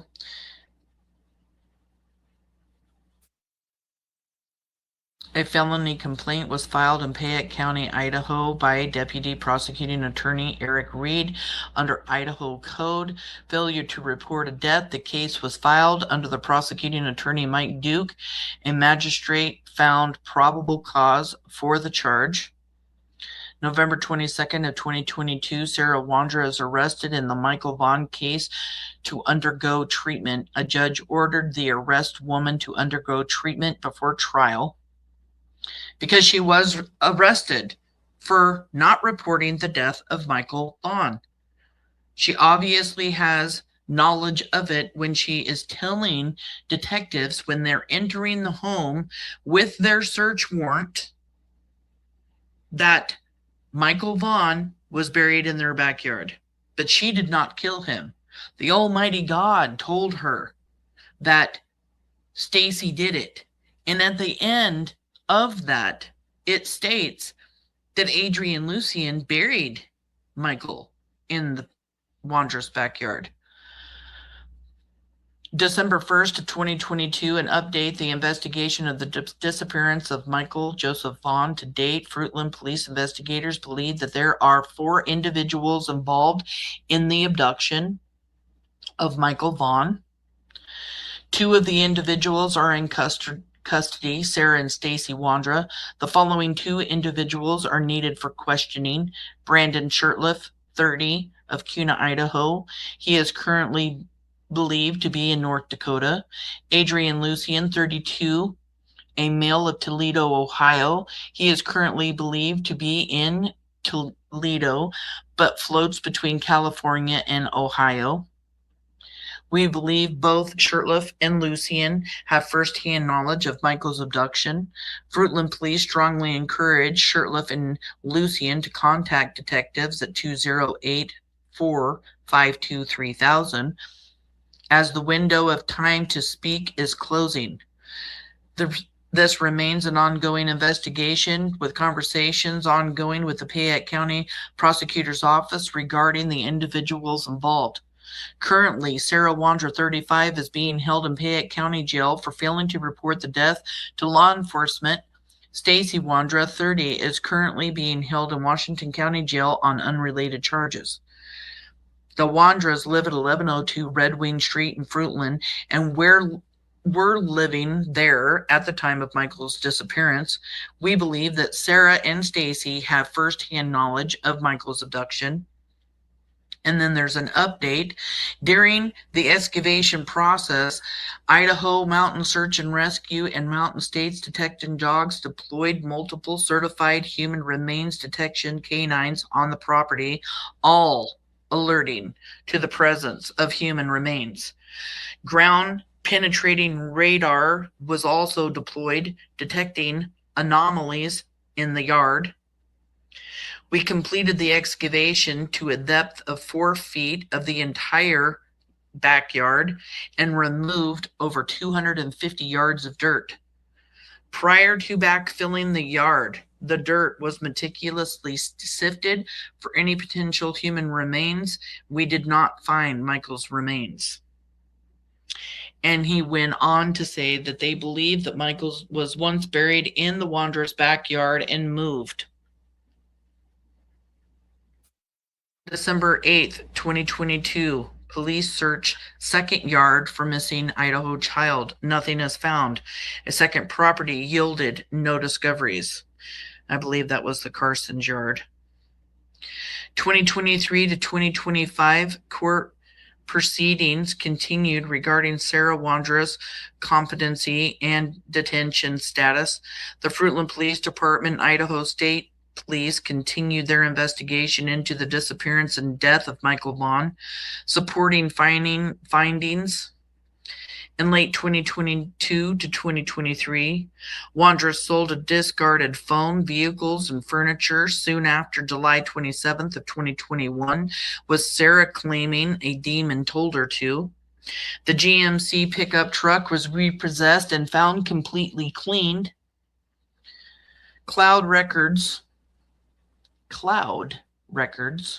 So searches for rental housing in other states within weeks of the disappearance.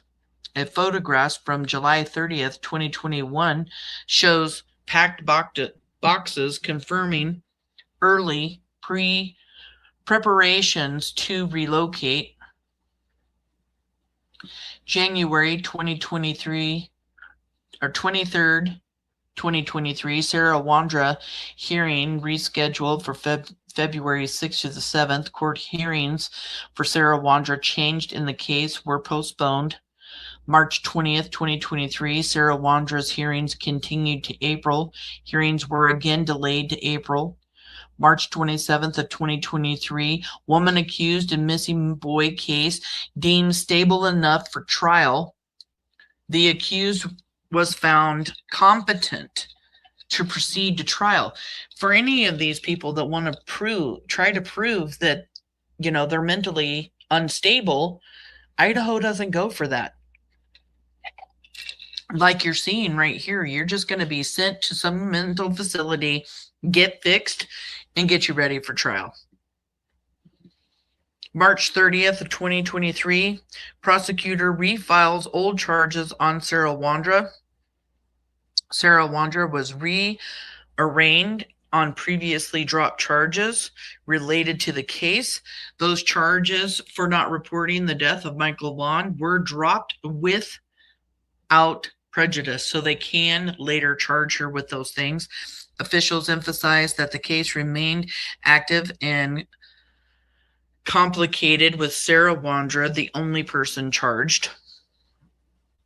April of 2023, prosecutors dismissed the charge against Sarah Wondra in the Michael Vaughan case. This dismissal is without prejudice, meaning it could be refiled at a later date.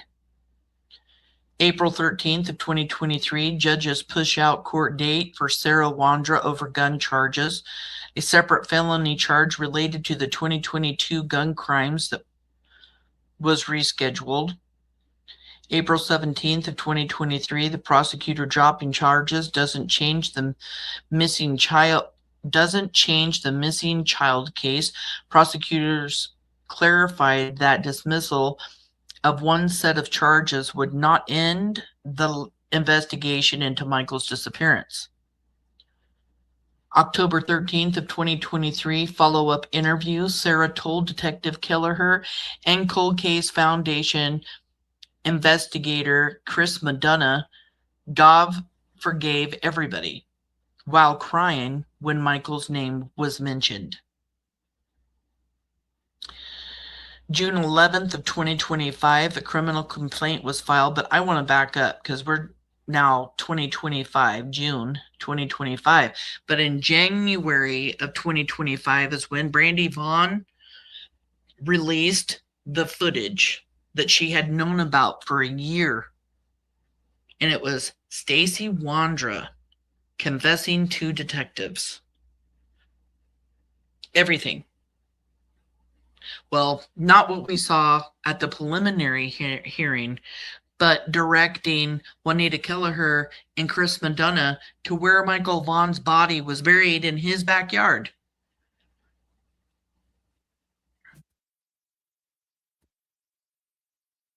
God forgave everybody. Sarah told Detective Kelleher and Chris Madonna that That's crazy.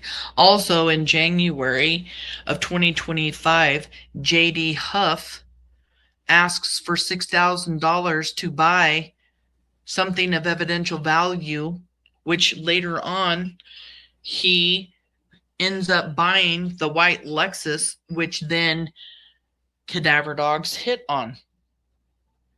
So you have cadaver dogs hitting at the Wondras house, the Cuna house where they took Michael, and in the Lexus. And there's only 2 times that Lexus could have been used, and that would have been to pick up Michael the next day after his abduction, or when he was moved from the Wondras backyard to whatever unknown location. June 11th of 2025, a criminal complaint was filed. It was filed by Juanita Kelleher, Fruitland Police Department, the prosecutor Mike Duke, Payette County prosecuting attorney, the judge. Charges filed against Sarah Ann Wondra. First-degree murder.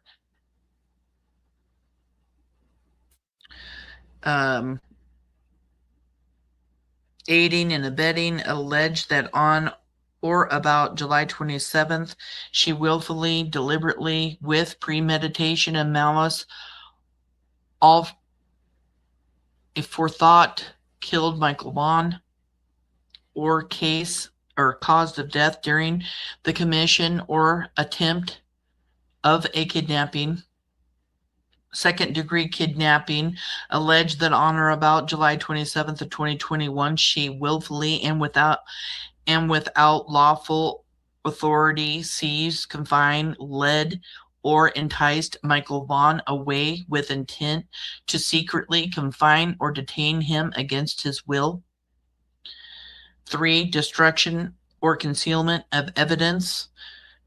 Between July 27th, 2021 and May 21st, 2025, she knowingly destroyed, altered, or concealed a body and or DNA evidence to prevent discovery in a felony investigation. And of course, Daddy is home, and there is Kitty Kitty, my little mister, meowing in the background. Hi, babe. Persistent violator enhancement. Idaho Code lists 2 prior felony convictions: 2013 attempted robbery and identity theft, 2023 aggravated assault and or concealment of evidence. Additional details: the complaint covers criminal conduct occurring between July 27th of 2021 and May 21st of 2025, indicating ongoing concealment activity through that date. Sarah Wondra is charged as a principal participant under Idaho Code, aiding and abetting, not as a mere accessory. The document formally identifies Michael Vaughan in the victim designation section. June 25th of 2025, criminal charges are filed. Detective Juanita Kelleher files a probable cause affidavit to the Payette County District Court. Charges against Stacey James Wondra: first-degree murder, second-degree kidnapping, destruction and concealment of evidence. Detective Juanita Kelleher from the Fruitland Police Department files the probable cause affidavit in Payette County District Court. Charges against Sarah Ann Wondra: first-degree murder, second-degree kidnapping, destruction or concealment of evidence. Persistent violator. The first-degree murder for the willful and premeditated killing of Michael Vaughan. Second-degree kidnapping, unlawful seizure and confinement of Michael Vaughan. Destruction and concealment of evidence, concealment of the body and or DNA evidence between July 21st and May 2025. Persistent violator enhancement based on prior felony convictions: 2013 Oregon, 2023 in Idaho.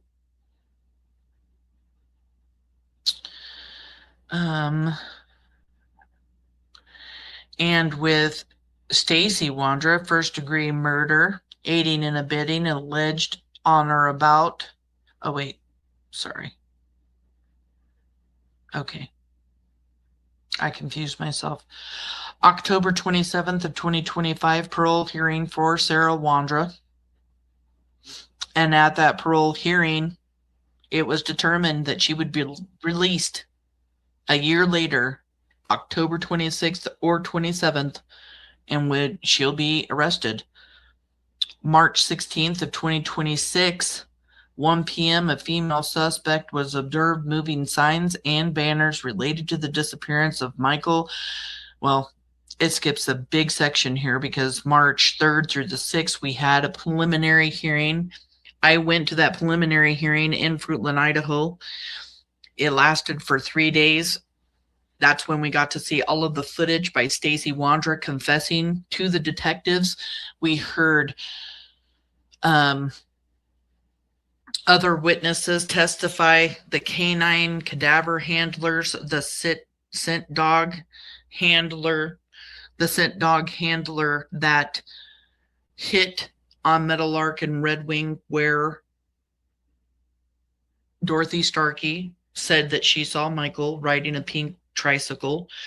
The scent dog also alerted at the Wondras home out of 300 homes in that neighborhood. It hit down the bluff where the pink tricycle was discarded. It also hit at the Wondras garage where the tricycle had been stored, and at the fence where Carson Starkey said he saw the tricycle. So everywhere that tricycle was that had Michael Vaughan scent on it, the scent dog using Michael Vaughan's shoes hit in all of those locations. We also heard witness testimony by one of the detectives that found the tricycle at the bluff sign where we know the man left the tricycle. We heard testimony by cadaver dog handlers. Their dogs hit in the Wondras' backyard, and one of those handlers also went out to Cuna, and their dog hit in Cuna. And we learned in recent court documents that Yodi, so Julie Gibson and Yodi, they go to Cuna, and the dog hit under a pile of rocks at Brandon Shurtliff's mother's house. I'd like to know what kind of rocks, big rocks, little rocks, like under a pile of rocks. And if you guys think about the time that they were there over that 3 hours, was Michael Vaughan, because we're hearing from Stacey Wondra that he was put inside the house in the spare bedroom, right? We've also heard that we heard before that a dog hit at like in Cuna outside a vent. But in recent court documents, we learned a cadaver dog hit by a pile of rocks, under a pile of rocks. So I just found that really interesting because it was a detail that we've never heard before. These two women, these two canine cadaver dog handler women, are very, very good dog handlers. For one, their dogs detect human remains after the fact. They also hit on scent pools in the yard, residual scent that's left behind when a body has been moved. They also hit on old historical graves and stuff. So these dogs hit on things from like the 1800s. If you look and you do the research, you find that these cadaver dog handlers and what they do, they're good at their job. We also heard testimony about the Thanksgiving letter that was written by Stacey Wondra. He was not asked to write that letter. He wrote it on his own accord. And then tried to commit suicide afterwards. We heard from Juanita Kelleher. She gave some very specific details. Brandon Shurtliff had told Juanita Kelleher that he saw Sarah and Stacey put the duffel bag in the crawl space or basement of the Wondras house, where we know cadaver dogs did not hit. But we also know that Sarah and Stacey were allowing their cats to go down underneath the basement and letting their cats piss and crap down there, which could in turn change whether or not a cadaver dog will hit down in the basement, in the crawl space. Juanita Kelleher also said that Stacey had told her that the duffel bag was either orange or red. And when Juanita Kelleher talked to Brandon Shurtliff and asked him if he had an orange or red duffel bag, Brandon Shurtliff said he owned a red Marlboro duffel bag and proceeded to ask Juanita Kelleher, "Have you found it yet? And Brandon, where's the duffel bag? Why are you asking detectives where it is? Why are you saying that you saw Sarah and Stacey put that duffel bag in the crawl space of the Wondras home? It's your duffel bag. You should know where it is. Where's the duffel bag?" We also heard Juanita Kelleher talk about another thing that Brandon Shurtliff mentioned, was that Stacey Wondra called Brandon Shurtliff, and they together decided to come up with this alibi that they had went to CUNA and towed Brandon's card back. So they came up with this alibi. This is them premeditating everything that they've done, because they're coming up with this alibi before they leave. In the probable cause affidavit, it also mentions that Brandon Shurtliff's mother told detectives that she overheard a conversation, a phone call that Brandon Shurtliff had with Sarah Wondra, and that he was verifying his story with Sarah before going in and talking with detectives. Also, in the probable cause affidavit, there's a conversation between Sarah Wondra and Stacey Wondra, and they're promising each other that they're not going to throw each other under the bus. And when detectives ask Sarah Wondra what they're talking about in relation to, and she says Michael Vaughan. So they're not going to throw themselves under the bus. They're not going to throw each other under the bus or blame the other person. And they were talking about Michael Joseph Vaughan.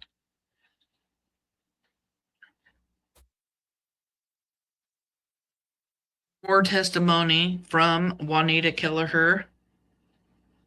She also, during this footage that we all watched, when Stacey Wondra mentions the fact that they went back the next day to CUNA to get Michael and then brought him back to Fruitland and buried him in the backyard that night,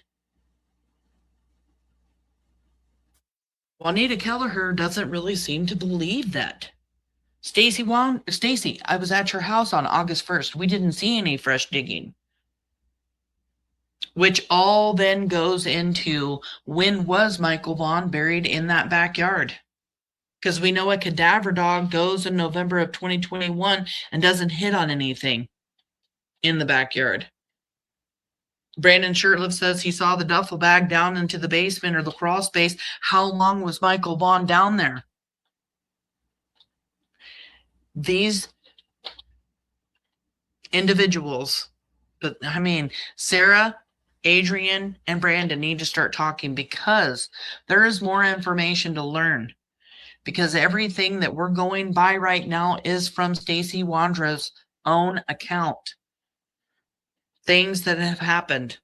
And it's not matching up with what Sarah's saying and what Brandon's saying and what Adrien has posted on his several social media accounts. And during that preliminary hearing, a judge found probable cause to move forward and there be a trial for Stacey Wondra. We heard about the cadaver dogs hitting in the Lexus from Juanita Kelleher's testimony. And then March 16th of 2026 at 1:30 p.m., a female suspect was observed removing signs and banners related to the disappearance of Michael Joseph Vaughan in Fruitland, Idaho. Incident occurred in the 700 block of Whitley Court. Suspect's description was a female with sandy blonde hair wearing black pants and a red coat. Action removing multiple. We all remember all of the signs and everything else, and she has been charged, and she will be spending 20 days in jail and having to pay fines. March 23rd, the Fruitland Police Department, the suspect wasn't named. Authorities stated that the suspect is cooperating with law enforcement. Investigation status case remains active and ongoing. No charges or additional details have been publicly released. And on April 3rd, 2026, Wondra appears in the Payette County District Court. Charges are filed. First-degree murder, kidnapping, destruction of evidence, persistent violator enhancement, court action. Wondra pleads not guilty to all charges. April 15th of 2026 at 10 a.m., Stacey Wondra is scheduled to appear in Payette County District Court for scheduling conference. Hearing time is set for 10 a.m. In June 2nd, 2026, there was a status conference. July 14th, 2026, there was another status conference, and then September 14th, 2026, it's scheduled for Stacey Wondra's trial. Now we are going to go over key evidence chain summary, which a lot of this information here also talks about things that are in the probable cause. And I'm sorry that I am not keeping up with what's going on in chat. I see that the moderators are talking back with everybody. I really appreciate you guys being so nice to one another. I thank you guys also for being here today. Evidence key chain summary. The pink big flyer tricycle. I don't know why they're just not calling it a big wheel, because that's what it is. Seen in the Wondra's garage in spring of 2021, missing after July 27th, found August 5th near a stroller. Witness Kim Elko and Jim Smith. So it's seen in the garage in 2021, spring. It's missing after Michael's abduction. And then it's found August 5th near a stroller by Jim Smith. The canine scent track from Meadowlark to Red Wing to the Wanderer's front door, down the bluff to the stroller, only house out of 300 with scent hit. August 2nd through the 3rd. So, like I said earlier, this canine scent tracking dog, Banshee, hit in all of the locations where this tricycle was that had Michael's scent on it. Dorothy's report witnessed Michael on the tricycle on July 27th, formally reported on July 29th.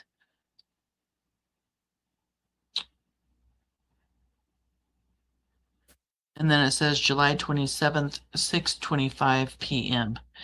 Adrien Lucienne selfie at 7:26 p.m. on July 27th. No GPS data. July 27th, 2026. Just 20 minutes, 20 or so minutes after they're leaving the neighborhood, Adrien Lucienne standing in front of a mirror taking a selfie of himself. Why is Adrien Lucienne doing that? You could say he's taking a picture of himself because he's got an ego. You could say he's taking a picture of himself to create his own alibi that he did not go to CUNA, knowing that a picture would definitely have a timestamp.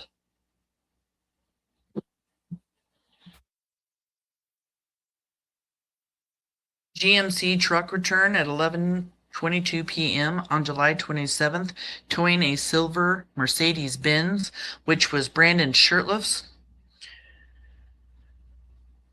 Video surveillance review.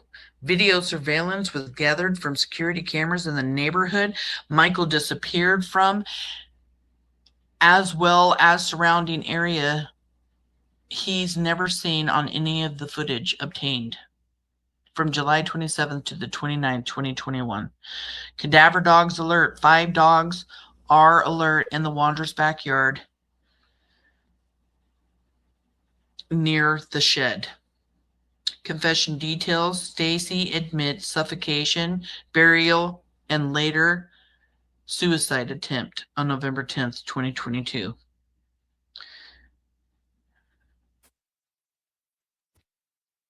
And then these are the case files.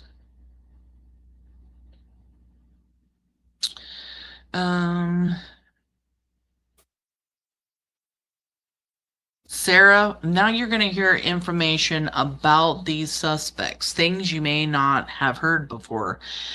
Sarah Wondra is connected to the disappearance of 5-year-old Michael Vaughan in Fruitland, Idaho, in July 21st, or July 2021. Investigators identified Sarah and her husband, Stacey Wondra, as persons of interest after canine cadaver unit alerts in the backyard a missing child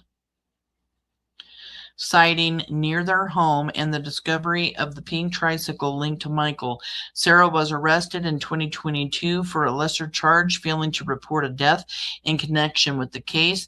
That charge was later dismissed in April 2023. As of late October 2025, prosecutors announced that they are moving forward with the murder-related charges against Stacey Wondra, but do not yet publicly list criminal charges against Sarah in the Michael Vaughan case.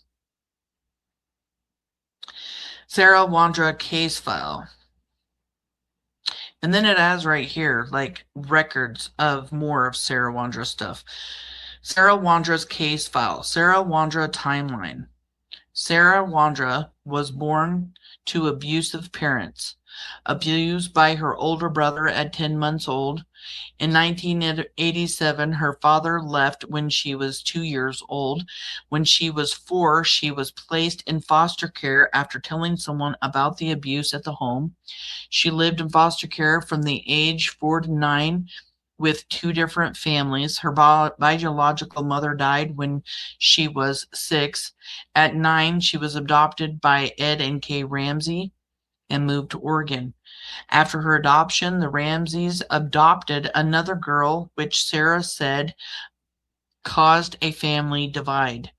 She described her adoptive sister as manipulative and said that emotional and verbal abuse began after that. After her adoption, her name was Sarah Ann Ramsey. The adoption was granted to Ed and Kay Ramsey. The date of the adoption was October 16th of 1997. Place of adoption was Portland, Oregon. Born February 21st, 1987 in Boise, Ada County, Idaho. Sarah Wondra, Sarah Ann Ramsey, life and legal timeline. February 21st, 1987, born to Boise, Ada County, Idaho. October 16th of 1997, adopted in Portland, Oregon. 2003, age 16, Sarah began sneaking out and meeting strangers online. After an argument with her adopted father, she ran away and met a man who offered her a place to stay. She reported being sexually assaulted, but said no charges were filed after her adopted mother claimed the encounter was consensual. So her mother claims that. 2004, age 17, Sarah became pregnant, left high school, and gave birth to a baby girl. The child's father urged her to place the baby for adoption, which she did. And that isn't necessarily true either, because Kay and Ed Ramsey told her she had to give the baby up for adoption. That is why Sarah gave up the baby. At age 18 in 2005, earned her GED and enrolled in college. In 2006, age 19, worked while attended college. Around the time she met a man named Ricky, married him, and moved to Texas. Sarah later described the marriage as violent and controlling. She said Ricky broke her ribs and tried to strangle her during one assault that was witnessed by his mother. She left him soon after. And we know that Ricky has came up on panel on one of the other creators' YouTube channels and told the creator that Stacey Wondra was the one that was abusive, and that she had always had fascinations of abducting somebody. Didn't say he was a child, just said that she had always wanted to abduct a person, and she talked about it so much that it was freaking him out, and that's one of the reasons why he left her, is because of the abuse and because, you know, she kept going on and on and on about wanting to abduct somebody. In 2010, while living with her adoptive parents, Sarah attempted suicide by overdosing on trazodone, but warned her mother in advance. She was hospitalized and committed to a psychiatric ward. So Sarah has also tried to commit suicide. 2011, earned a court-ordered rehabilitation program. In 2012, found sales job, but quit shortly afterwards. She began a relationship with a homeless man and became involved in theft and drug use. Later that year, she was arrested for stealing gas and carrying a knife and was sentenced to 80 months in prison for robbery. We're not talking about your normal criminals. These are habitual criminals. All four of the suspects are. And you're seeing a history here of Stacey Wondra not only using drugs and hanging out with the wrong crowd, but also she's carrying a knife, stealing gas. She is, doing all kinds of really bad things. And she's a violent criminal as well. From 2012 to 2018 incarceration, while in prison, Sarah worked in the kitchen, completed 2 years of business courses, and turned to religion. During this time, her cousin died by suicide, which she said left her feeling responsible for being a negative influence. April 13th of 2018, married Stacey Wondra. On October 11th, 2019, Sarah and Stacey committed identity theft-related offenses. December 13th of 2019, both were arrested and charged with theft in the second degree. Sarah charged with identity theft, mail theft, and receipt of stolen mail. Stacey charged with negotiating a bad check and theft in the first degree. And here you're seeing that Sarah and Stacey are always scamming. Sarah ends up getting raped because she meets somebody online in early 2000s. So her meeting people online, like meeting Adrien Lucienne and creating this plan to kidnap somebody and then sell them, this is something Sarah's been doing, meeting people online for years and years and years. And yes, always, always, always scamming for money. October 19th of 2020, Sarah's released from jail. April 13th of 2022, 6:59 p.m. Fruitland police respond to multiple 911 calls reporting a disturbance and a possible firearm being pointed at somebody. This is where they see Stacey Wondra in the street. Her husband Stacey's in the house. An officer instructs her to call Stacey out. Tanner Butler became belligerent and refused to leave. And they find out that she has taken this gun, hidden Tanner Butler with it, and hid this gun at her mother's house. We heard about this earlier. May 10th of 2022, a federal indictment charges Sarah Wondra with possession of firearm and unlawful user of controlled substances. The indictment states that between April 14th and through the 17th of 2022, Sarah knowingly possessed this pistol while unlawfully using controlled substances. May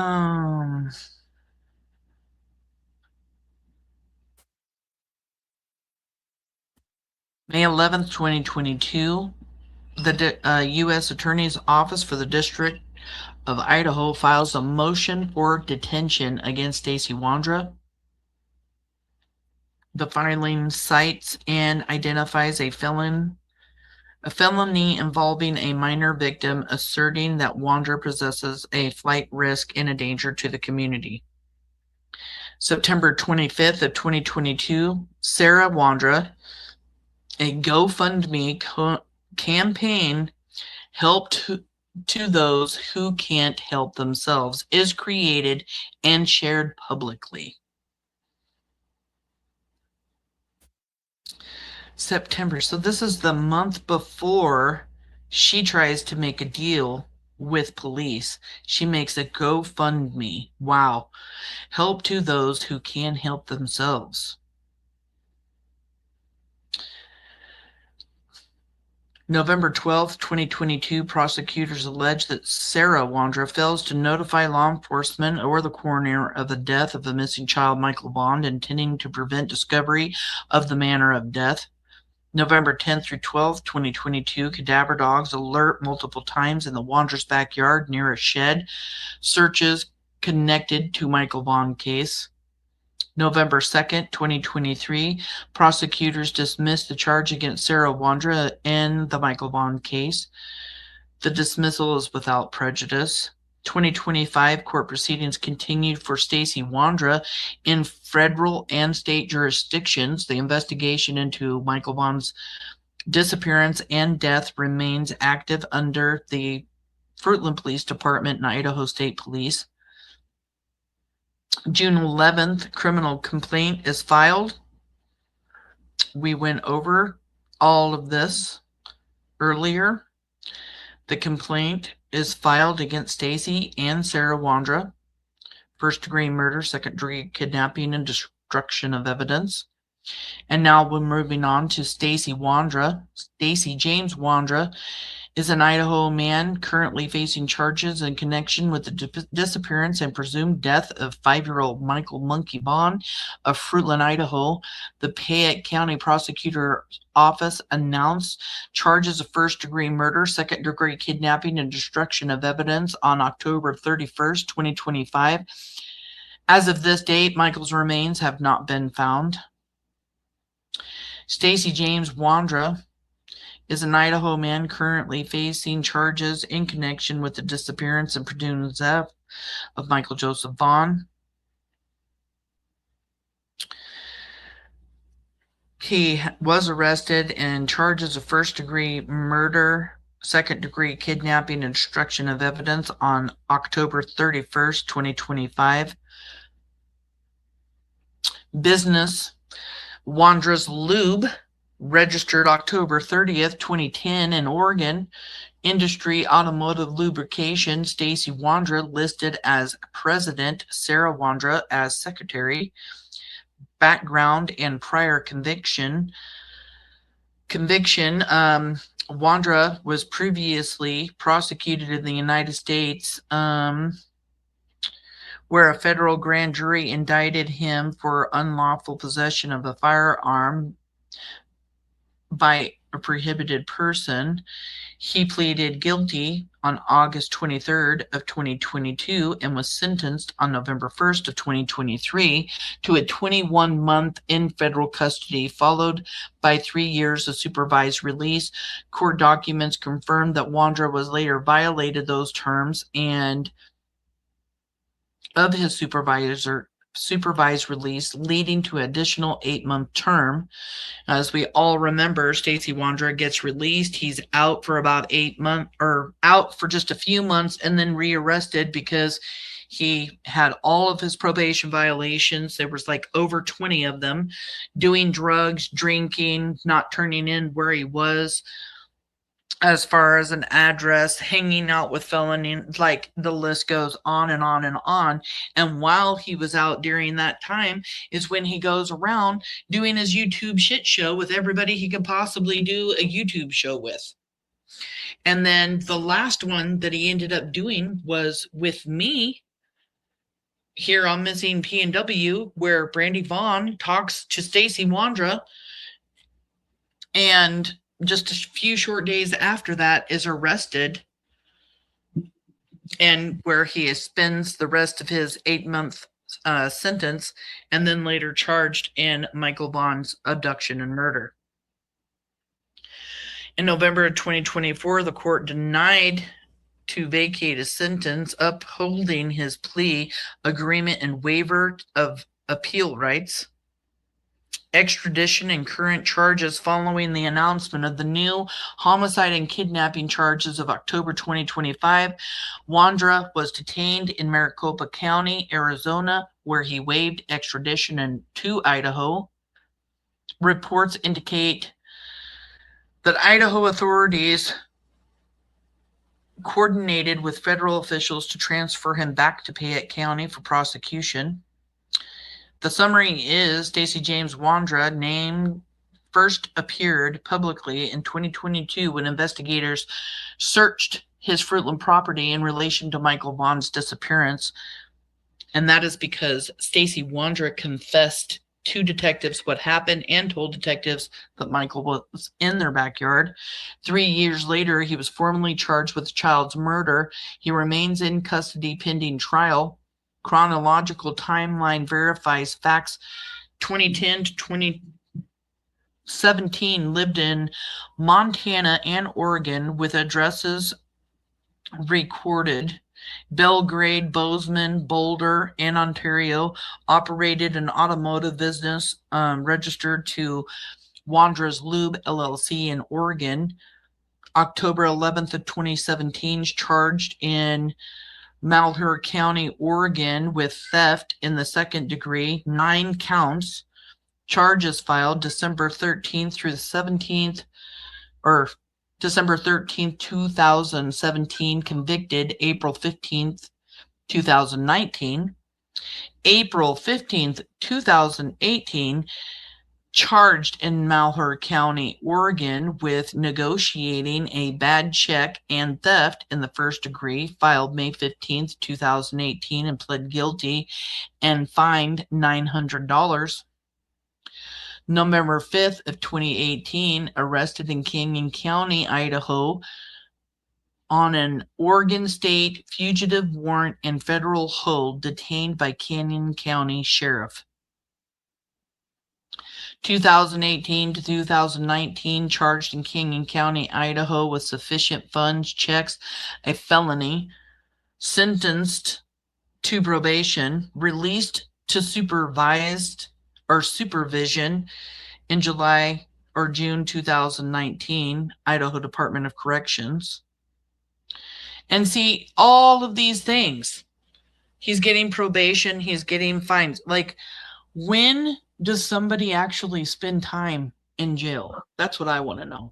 Like, let's put some people away in jail for the things that they're doing instead of giving them a slap on the hand and expecting people with records like this to pay their fines or to do the right thing and do their probation and not get probation violations. And I believe that if the court system would have done right in many of the cases with Sarah and Stacey, that they would have been in jail, if not prison, and Michael Vaughan would still be here. Would still be here.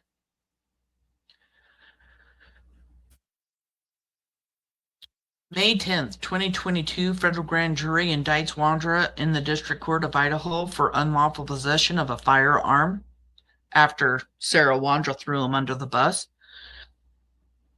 for trying to sell a firearm, and he shouldn't even have had one because he was a felon.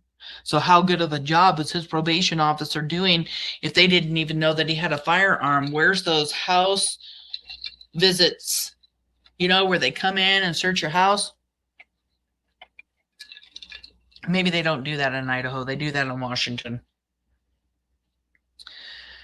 August 23rd of 2022, Wondra pleads guilty to a firearm charge through a written plea agreement. November 1st, 2023, District Court sentences him to 21 months in prisons and 3 years of supervised release. Mid-2024, court records note a violation of supervised release and in position of additional 8-month sentence. November 4th, 2024, federal court denies his motion to vacate sentence, citing waiver of appeals rights. October 31st, 2025, Fayette County prosecutor announces new state charges against Wondra: first-degree murder, second-degree kidnapping, destruction of evidence. All charges stem from the July 2021 disappearance of Michael "Monkey" Vaughan in Fruitland, Idaho. October 31st, through November 1st of 2025, Wondra appears in an Arizona courtroom and waives extradition to Idaho. Media confirm the Idaho warrant and pending transfer. November of 2025, Wondra remains in custody awaiting extradition for arraignment to Fayette County. Affidavit narrative, the abduction and death of Michael Vaughan. And this is the background of that. On the evening of July 27th, 2021, 5-year-old Michael Joseph Vaughan disappeared from his neighborhood in Fruitland, Idaho. He was last seen riding a big wheel tricycle near Red Wing Street and Middle Lark Avenue, only a short distance from his home on Southwest 9th Street. Despite immediate searches by family, neighbors, Fruitland Police, Fayette County deputies, and the FBI, no trace of Michael was found that night. Surveillance footage later reviewed by investigators showed multiple persons of interest moving through the area during the same hour that Michael vanished.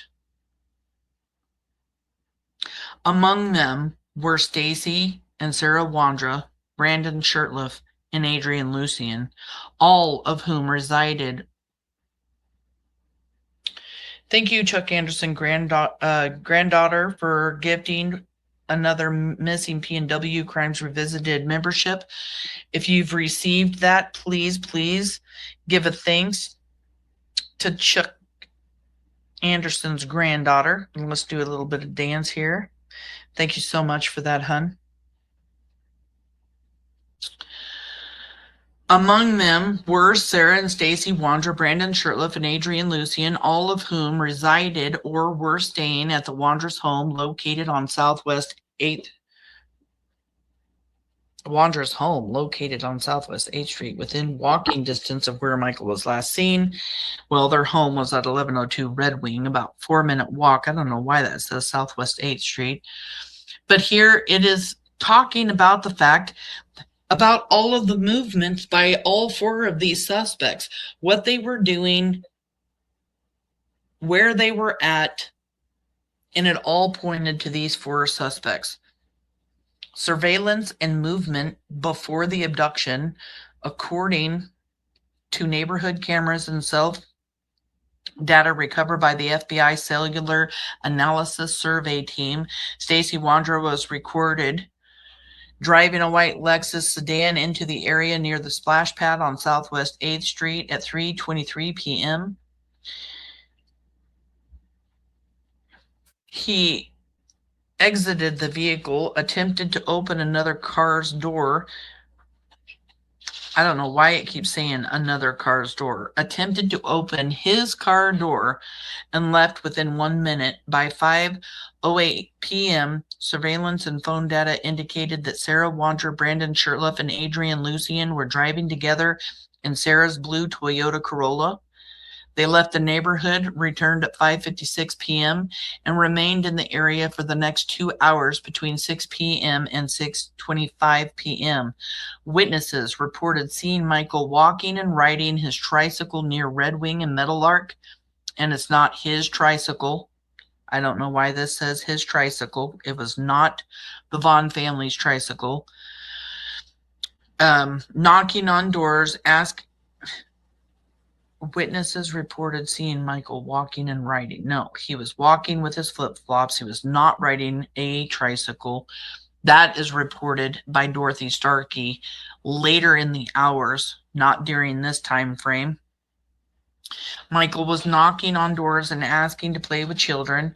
This was a final verified sighting before the disappearance sequence inside the Wondras' residence.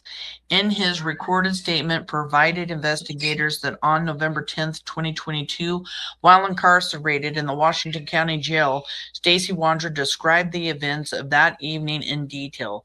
He said that after Michael was last seen outside, Sarah brought the boy into their home, carrying him through the front door and sitting him on their couch. Stacey recalled that Michael was crying, appearing confused and scared. According to Stacey, Sarah, Brandon, and Adrien then placed duct tape over Michael's mouth, bound him, and forced him into a duffel bag. He stated that Michael was still struggling and crying as they did this, and that shortly afterward, the boy went silent. My kitty is being fed, so he's going crazy right now. Told investigators he was crying, then he stopped. Stacey admitted to witnessing this entire act. He said he was overwhelmed and nauseated, describing that he began vomiting while watching the others restrain him, which I personally don't believe. I think that he had involvement. I think he helped. I don't think that Stacey Wondra is innocent in any way, shape, or form. I believe they all did this together. He tries to play the victim all the time. That's why he wants all kinds of charges dropped and everything out. He doesn't want any of it to exist. And that, he's just going to keep filing things over and over and over again because there's a 3 strikes you're outlaw, right? He could go down. If he goes down for any of this, he's going down for a long time.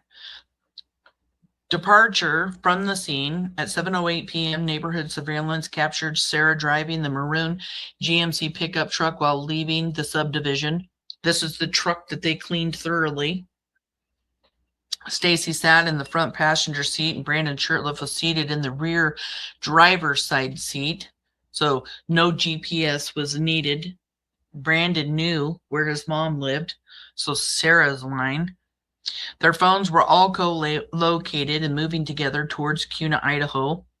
Adrien Lucienne was not with them. His phone and later photographs confirmed that he remained at the Wondras' house. And I think maybe he took that picture of himself to create his own alibi, because I don't think that Adrien Lucienne wanted Michael Vaughan killed. I don't think he wanted anything to do with that. He just wanted to scam and make money and sell Michael. Stacey said that as they left the area, Sarah stopped the truck at the intersection of Southwest 8th Street and South Arizona Avenue, only 1 or 2 blocks from the Vaughan home. He told investigators they stopped there to check if Michael was alive. This is when Brandon Shurtliff gets out of the car. This is also when Stacey Wondra said all over the YouTube shit show that they stopped on the side of the road so he could put in power steering fluid, never mentioning that anybody got out of the vehicle to help him. Brandon Shurtliff comes up on my panel and talks about the fact that he got out to help Stacey with this. Both of them in their statement saying, we just stopped for a second. We just stopped for a minute. Why? Because Michael Vaughan was in the back. And Brandon Shurtliff got out of the vehicle to check on him. And then they heard Michael Vaughan in the back, according to this. But we also heard Stacey Wondra talk about hearing Michael screaming is why they pulled over. We stopped to check the bag. We heard a dull scream, he said.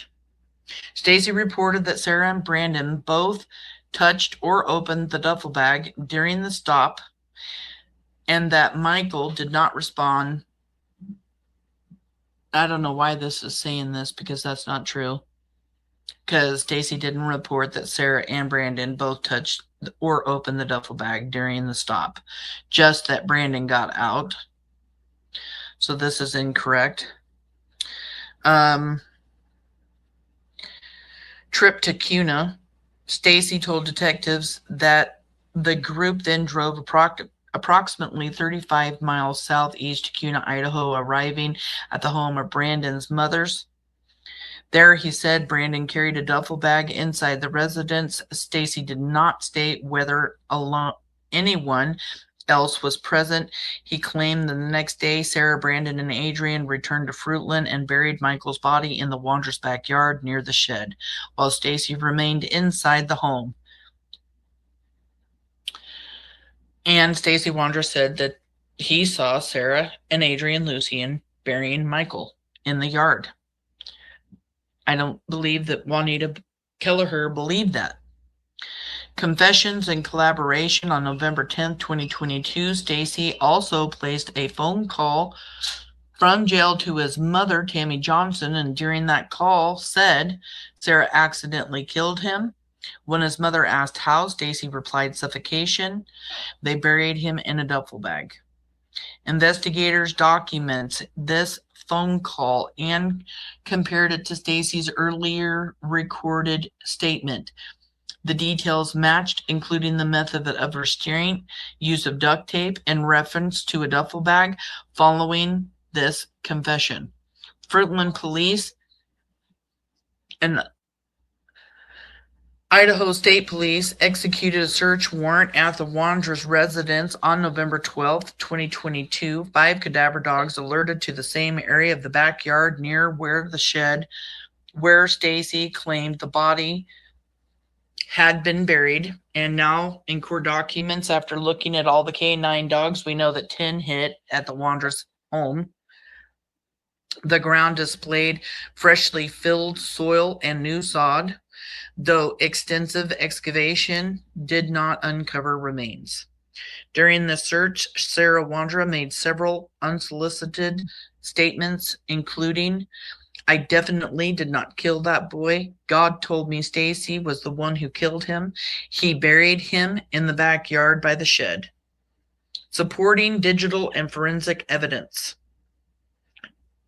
Cellular analysis confirmed that Sarah, Stacey, and Brandon's phone traveled together from Fruitland towards Cuna between 7:08 and 8 p.m., then back towards Fruitland later that night. Video surveillance in the neighborhood cameras confirmed both the GMC's 7:08 p.m. departure and the return at 11:22 p.m. towing the silver Mercedes.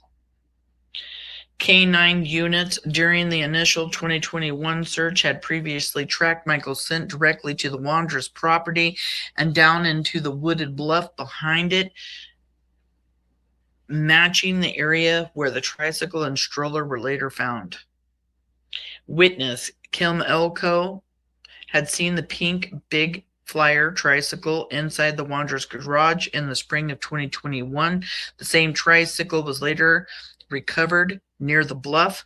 Same tricycle that Kay and Ed Ramsey found in the spring of 2021.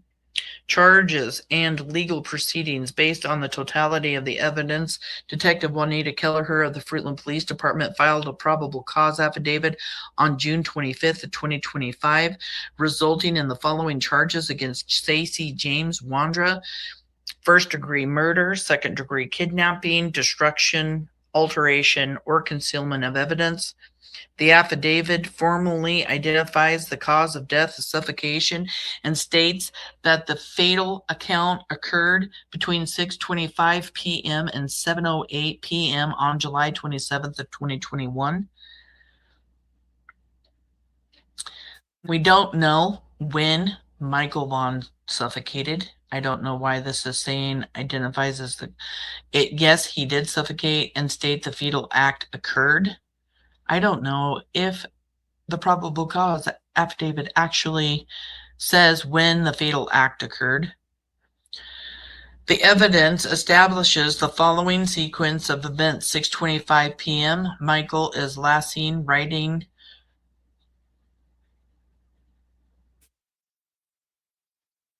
it's saying his tricycle, but it's not.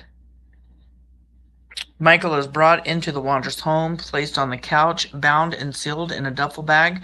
The Wondras and Brandon leave the neighborhood in the maroon GMC truck at 7:08 p.m. 7:10 p.m. they stop briefly at Southwest 8th in Arizona to check the duffel bag. 7:45 to 8 p.m. the group arrives at Brandon's mother's house in Kuna with a duffel bag.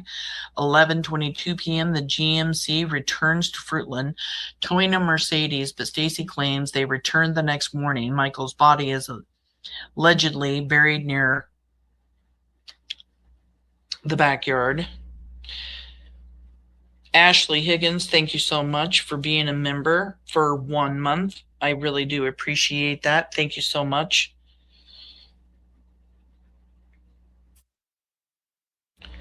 Do a little dance and chat.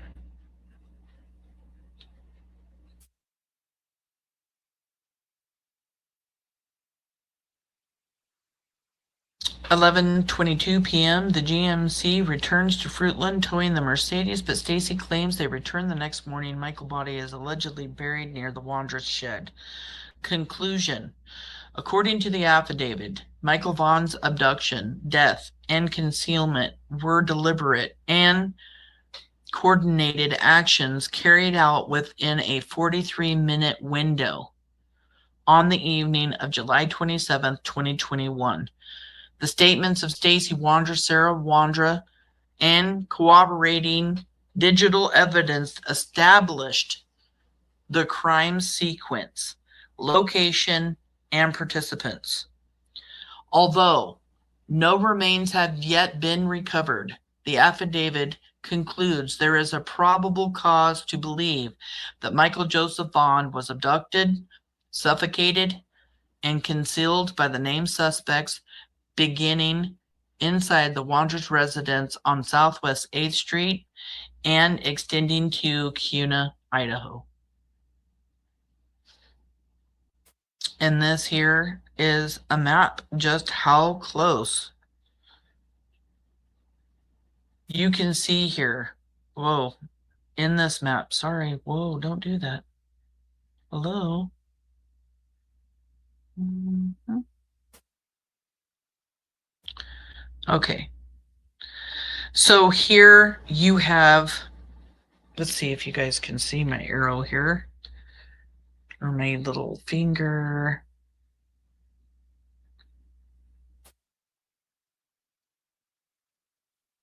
Yes, okay, you guys can see my arrow.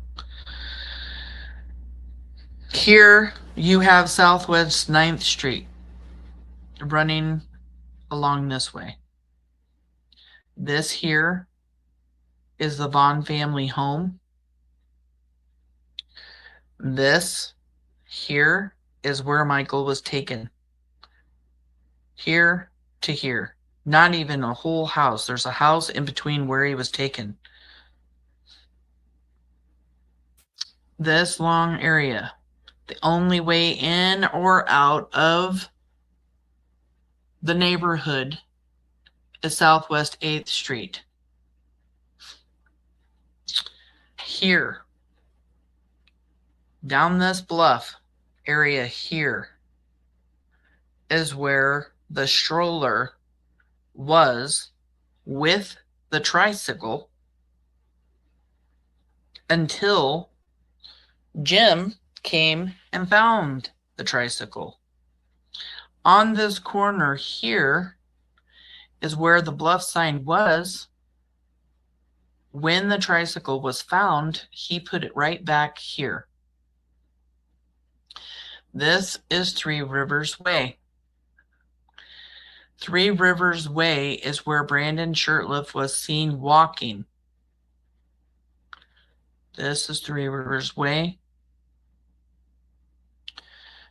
This here is the splash pad.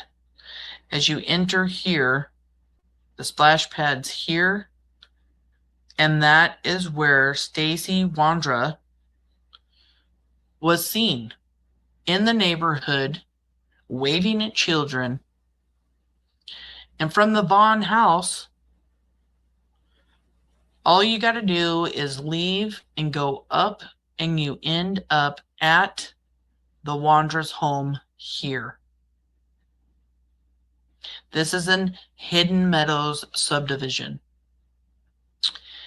Here, where this yellow dot is where Dorothy Starkey, who lives right next to the Wondras, sees Michael Vaughan on a pink tricycle. Not Michael Vaughan's tricycle, but the tricycle that was in the Wondras' garage, found by Kay Ramsey, Sarah's parents, put into the garage, and then seen at a garage sale by another witness. And also, Carson Starkey sees it there.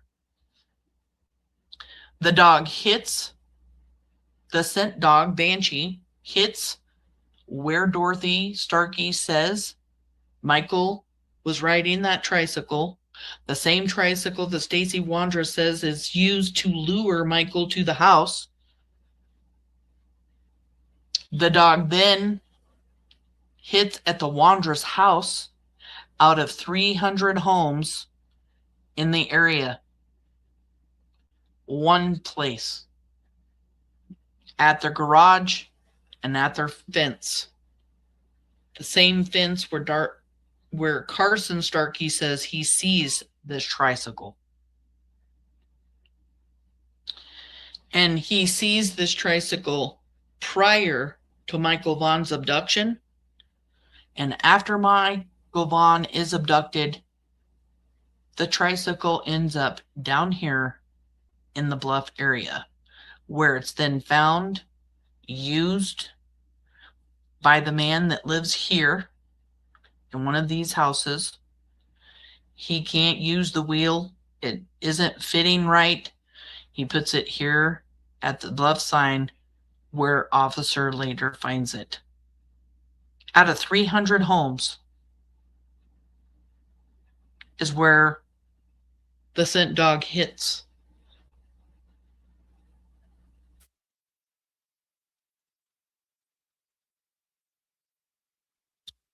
And now I want to... It's doing that. Hold on. This is the key evidence chain summary. Surveillance tracks vehicle movements.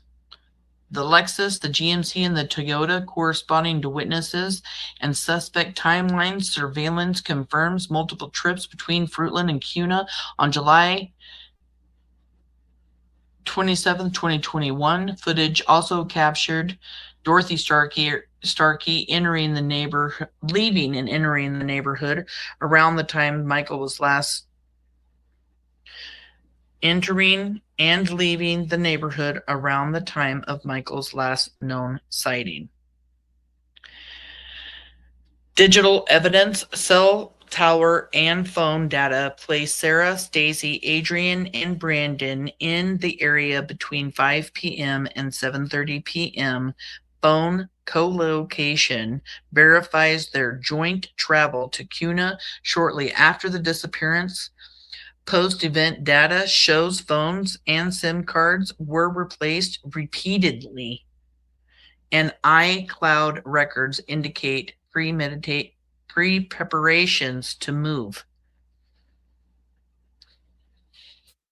So there is evidence of the SIM cards being replaced repeatedly, and iCloud records indicate preparations to move.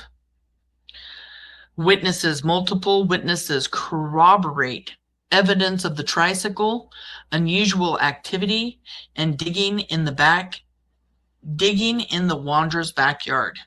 Kim Elko saw the tricycle in the Wondra's garage, before the disappearance. Dorothy Starkey observed Michael riding the big wheel near Red Wing Street and Meadowlark Avenue. Kay Ramsey and neighbors reported post-event ground disturbance consistent with burial attempts. Confessions, statements by Stacey and Sarah Wondra detail Michael's abduction. So we have Stacey and Sarah Wondra's detail Michael's abduction, restraint, and burial. Both accuse each other while confirming the participation of Brandon Shurtliff and Adrien Lucienne.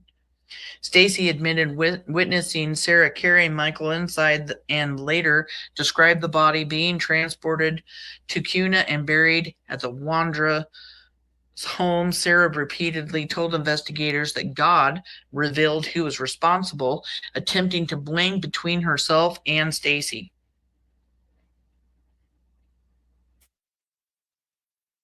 And there's that timeline. It's long, long, long. But here's the thing. All of Stacey Wondra's confessions, although a lot of it lies, until he gets to actually telling some truth,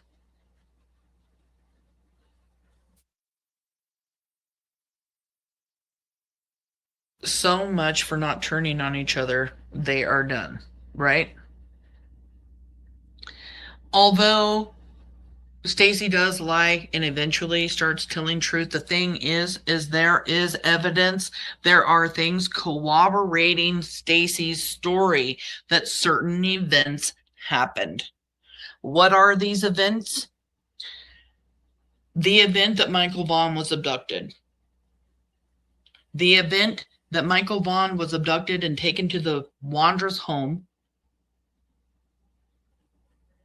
The statements between Brandon Shurtliff and Stacey Wondra, where they repeatedly want to talk about a duffel bag. So we know there's an abduction. We know the Wondra's home, because they're talking about Michael being buried at the Wondra's home. So he had to have been there at some point. We know that there's a duffel bag. We know that this GMC truck that they transported Michael in from Fruitland to Kuna was cleaned inside and out.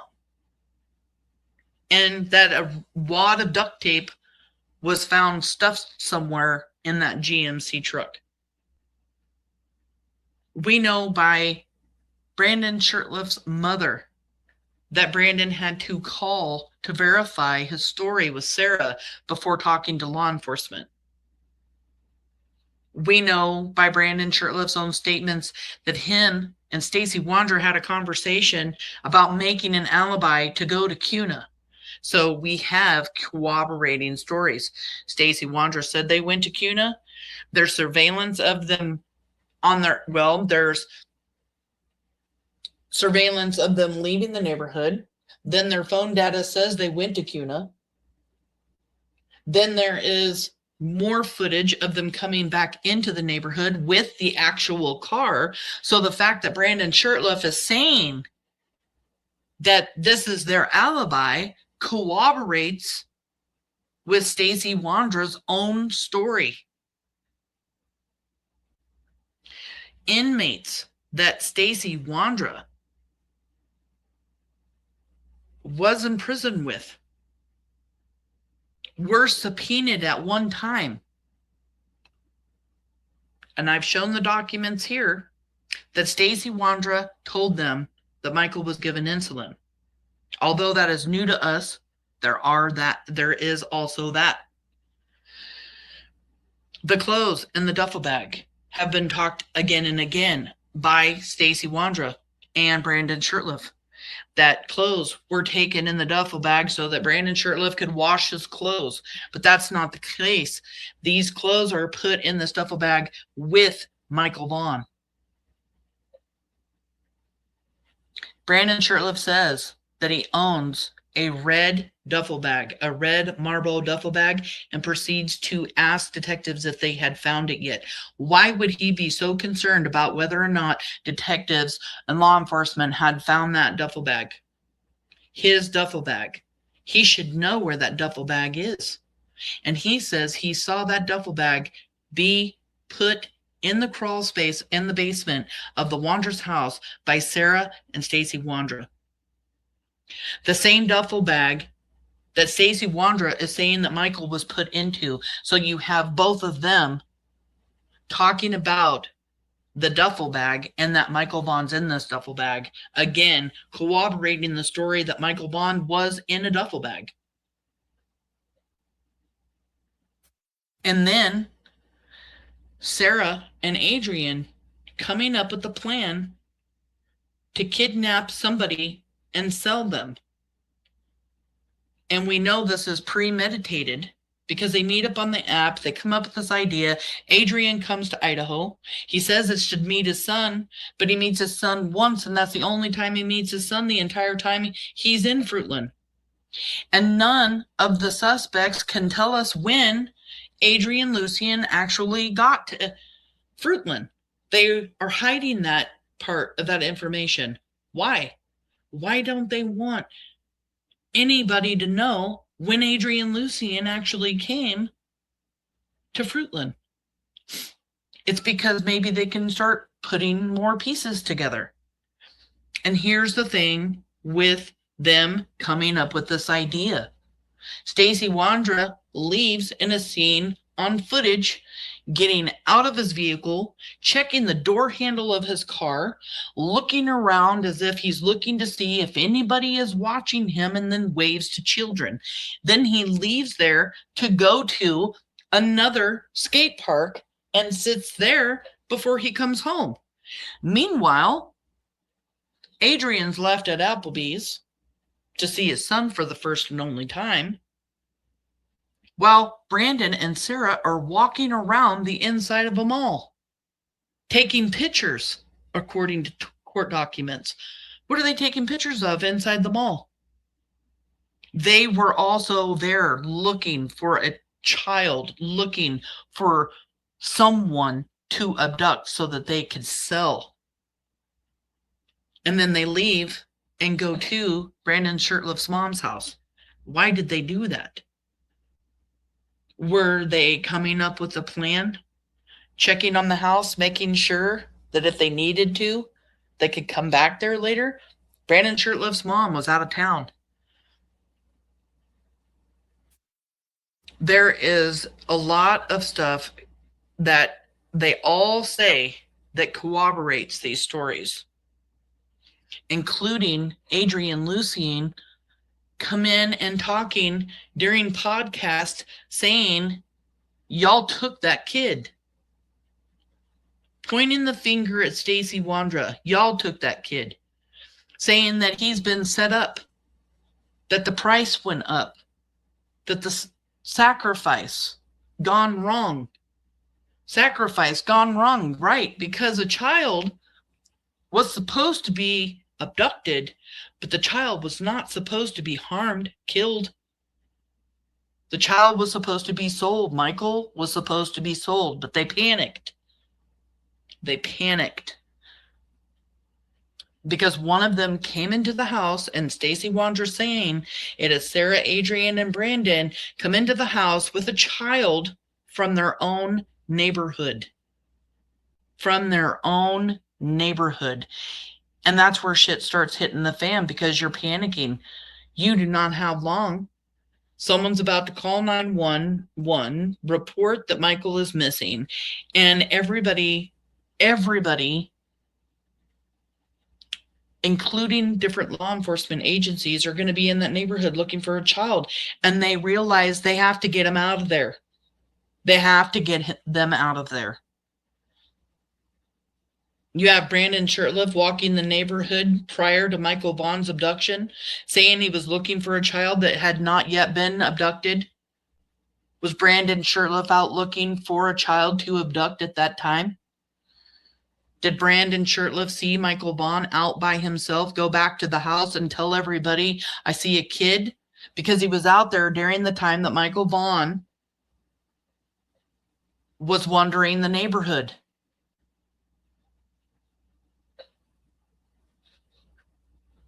Was Adrien Lucienne going to talk and tell somebody something? Is that why Sarah, Brandon, and Adrien, or Sarah, Brandon, and Stacey set him up and take him to Portland so that he's almost killed by the Pope twins? On this long, huge road trip that Stacey Wondra talks about, going almost all the way down to California shortly after Michael's abduction? If Michael was to be sold, you cannot text the person you were supposed to sell Michael to. Would you have to travel a long ways to these people? Meet up with them somewhere? What is this long distance traveling? Multiple different times after Michael Vaughan was abducted. Why is Adrien Lucienne wanting to hide inside of a closet? Why does Sarah Wondra throw Stacey Wondra under the bus? Why is Stacey throwing Sarah under the bus? Why do they throw Brandon under the bus? The thing is, all four of these suspects could throw anybody under the bus, but they don't. They all throw each other under the bus. Why? Couldn't they blame the RSOs that live right next door? Couldn't they blame somebody else in the neighborhood? Stacey Wondra wants to play victim, wants to talk about his fetal alcohol syndrome, and wants to talk about all of his mental disabilities. And I'm sitting here going over Hidden True Crimes live that they did with Stacey, where he's talking about his mental disabilities and everything else. And all of these mental disabilities were diagnosed to him as a child. He talks about these diagnoses being given to him as a child. When was Stacey Wondra last spoken to by a psychiatrist? When was the last time a psychiatrist diagnosed him with anything? And out of all of his mental disabilities, I do believe that Stacey Wondra has explosive disorder. This anger, explosive disorder, where all of a sudden he just snaps.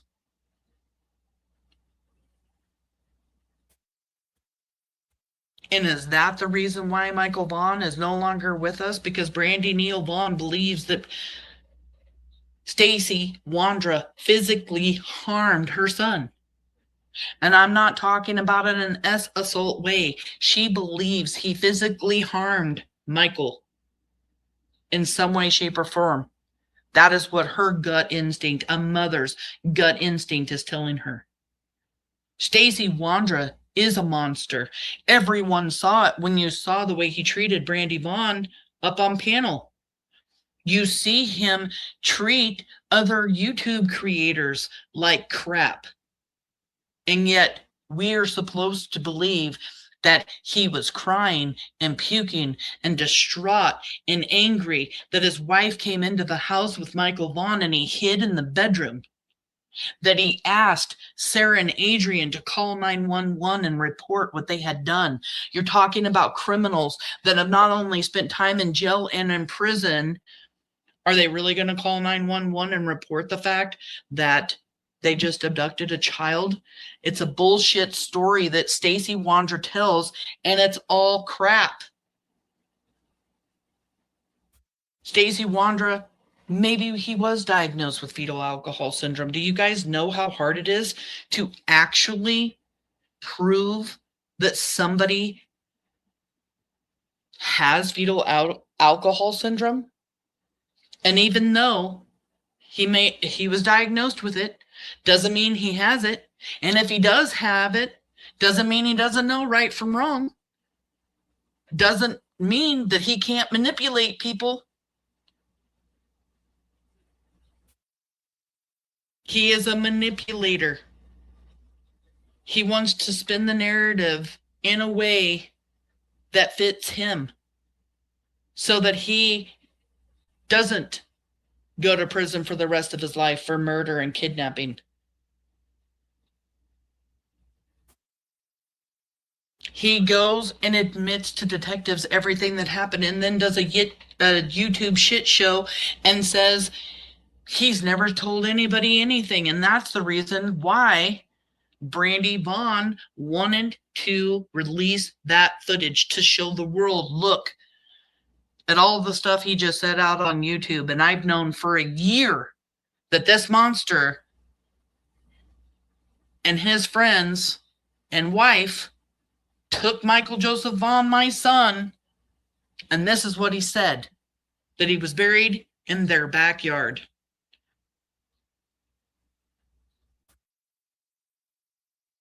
We have so much leakage by these suspects. So much. Throwing under the bus. And like I said, fetal alcohol syndrome Stacey, sitting in front of detectives, was asked what happened. He called detectives in to talk to them about Michael Vaughan. And when they got there, he was trying to fish for information. And when he found out he couldn't fish for that information, he realized he was going to have to give up something. And then he found out that Sarah was also given a deal or offered a deal the month before. And now he wants the same deal that she was offered. He wanted out. And that's why he said everything that he said. And even with fetal alcohol syndrome, Stacey Wondra says he witnessed Michael Vaughan being brought into the home, put on the couch, given a dog toy, laid on the floor, duct taped at his mouth, wrist, and feet, stuffed into a duffel bag with clothes, given insulin, and then put into the back of a pickup truck with a shovel in 100 degrees, leaving to go to Cuna, pulling over to the side of the road because they're hearing Michael scream. Brandon gets out and checks. They proceed to go to Cuna. They get to Cuna. Brandon goes inside with the duffel bag, leaves Michael Vaughan, we don't know, dead or alive, in his mother's home in the spare bedroom, gets back in the truck, and somewhere in that time, they have connected the Mercedes-Benz, left, had to pull over because the tow strap broke, and then finds themselves back in Fruitland, seen on footage. This is what Stacey Wondra says. And he says that Sarah, Brandon, and Adrien go back and get Michael the next day, bring him home, and then bury him in the yard that night. That is what he says. Stacey Wondra could have picked any story, but he didn't. He puts himself as a witness and he blames his wife and his friends. He could have blamed anybody, but he didn't.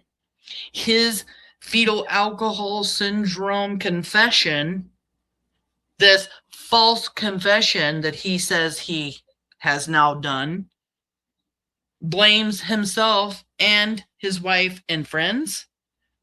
He could have come up with any story. Did law enforcement make him come up with that story? The story that puts him directly involved and his wife and his friends involved in Michael Joseph Vaughan's abduction and murder? No. He is not coerced.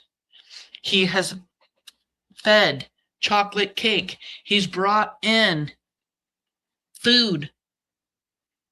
He is spoken to politely They are nice to him. Juanita comforts him when he's puking. And during all of these confessions, he must have felt bad at some point in time because he tried to commit suicide after writing a Thanksgiving letter. And that's when Fruitland police detectives decide they're going to take this opportunity now. Now that Stacey Wondra might be feeling guilty, he just wrote a Thanksgiving letter to the Vaughan family. So let's talk to him now while he feels bad, and maybe we can get the truth out of him. And guess what? They get the truth that's being told now, with enough information that corroborates what others have said, what Sarah has said, what Brandon has said, what Adrien has said. And that is the facts. Even though Stacey Wondra is a habitual liar, we know he's not a victim. He's a monster. And he has told detectives what have happened. He will try to throw the others under the bus by going and testifying against them in court. And that's when Sarah Wondra, Adrien Lucienne, and Brandon Shurtliff will be in prison for the rest of their lives. We are pushing forward through the next trial hearing, pre-trial hearing, then through motions that have been filed, straight to Stacey Wondra's trial. He agreed to get into the GMC truck with his wife. And if you think about it, is that why he had Sarah Wondra drive? Everybody is always asking, why would Stacey Wondra have her drive for the first time to go tow something back? He doesn't want to be in the driver's seat. He wanted to be able to blame somebody else. So he had Sarah drive. So he wasn't the one driving the steering wheel. Stacey Wondra put a lot of thought into this. He didn't want to be the one behind the wheel. And guess what, Sarah? You drove that truck with Michael in it. You are going down.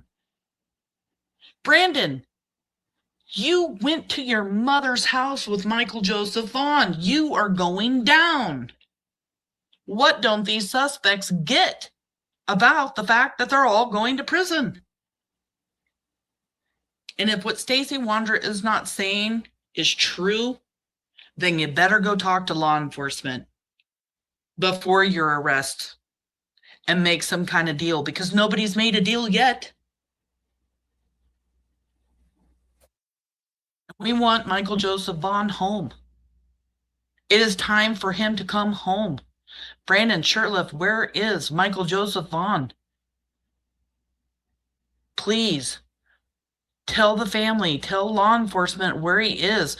Go get the deal. Go get the deal now before Sarah's arrested and she takes the deal.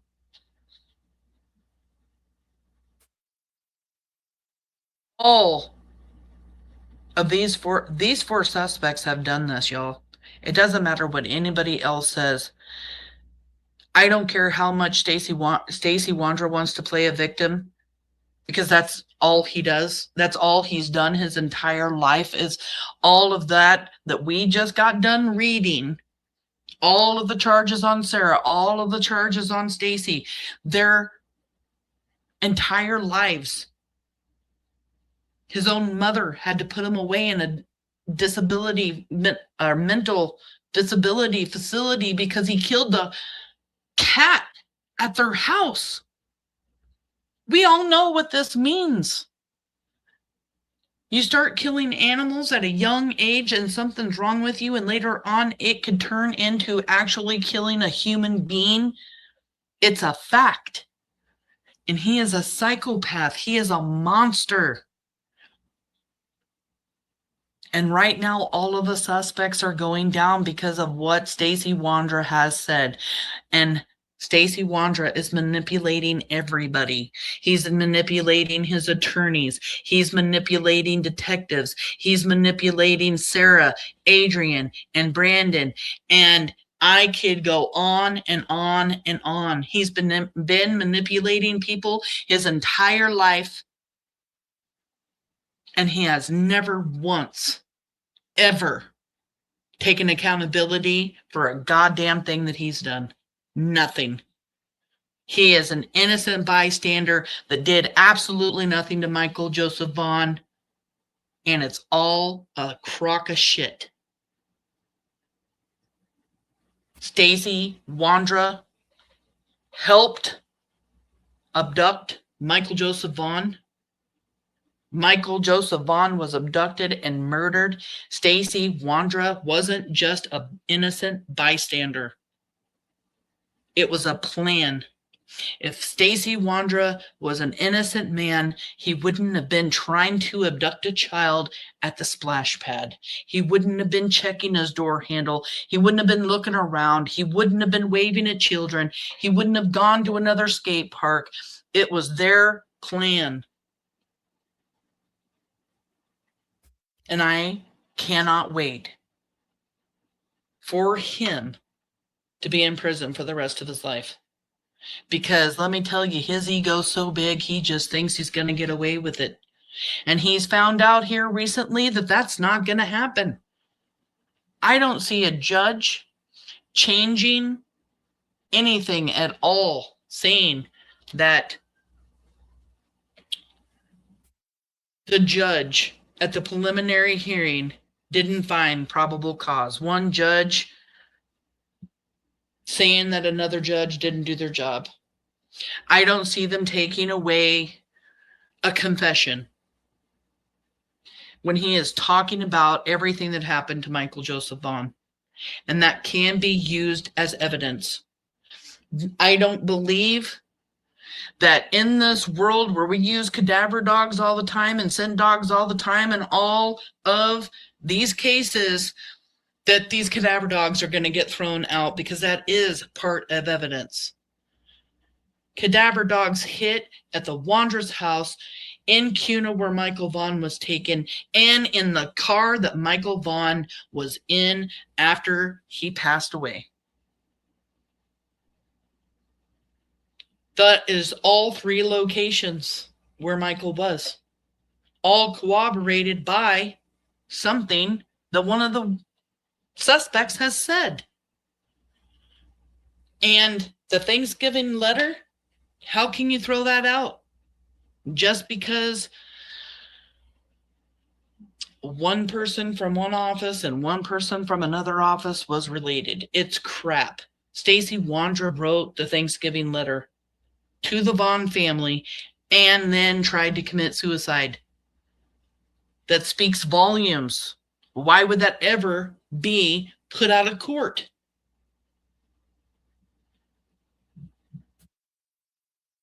It just won't be. In my opinion, it will not be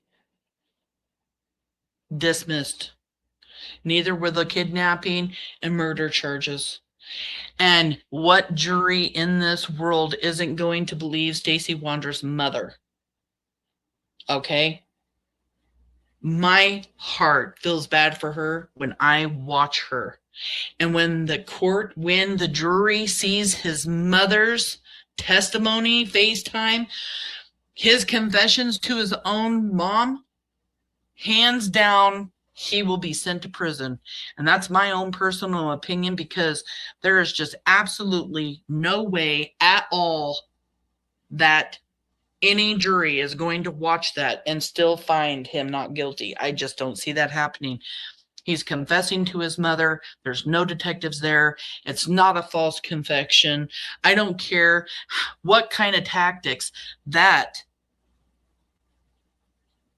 law enforcement had to use to get Stacey's mom involved. But it almost looks to me as if, since she could have told detectives no a dozen times, she wanted to know the truth herself and therefore cooperated with the police because she needed to find out the truth for herself. And that's what it looks like. She wanted to come up with the truth for herself because she needed to know what her son did, or what Sarah did, or Brandon, or Adrien.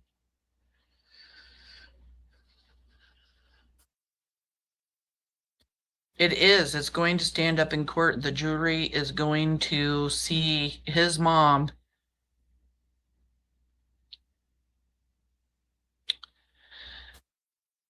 Brandon Shurtliff is steam cleaning the carpet in front of the couch where Michael Vaughan was laid on the floor. They sold the couch that they put Michael Vaughan on. They got rid of the Lexus that had Michael in it that a later cadaver dog hit on. Cleaned the GMC truck. Got rid of SIM cards, bought new phones, destroyed a mound of evidence that all would have convicted them all without a doubt. They all deleted the text messages and everything from their phone just from the day that Michael Vaughan was abducted. Brandon Shurtliff goes and buys new phones. SIM cards are destroyed. I could go on and on and on about the destruction of evidence also that all points. Stacey Wondra will plead guilty to the destruction of evidence, all the evidence that would put him in prison for the rest of his life, but he doesn't want the first-degree murder or second-degree kidnapping charges. It makes no sense. You can't plead guilty to destruction of evidence, the evidence you destroyed that law enforcement would have been able to use against you to put you in prison for the rest of your life. That's not how this works. If you have any information, please call law enforcement 208-642-6006 or email findmichael@fruitland.org. Please be Monkey's hero. Be the Vaughan family hero. Let's put these suspects in prison for the rest of their lives. And if you're holding on to a tip, you know something that's bothering you, you need to call 208-642-6006 or email findmichael@fruitland.org.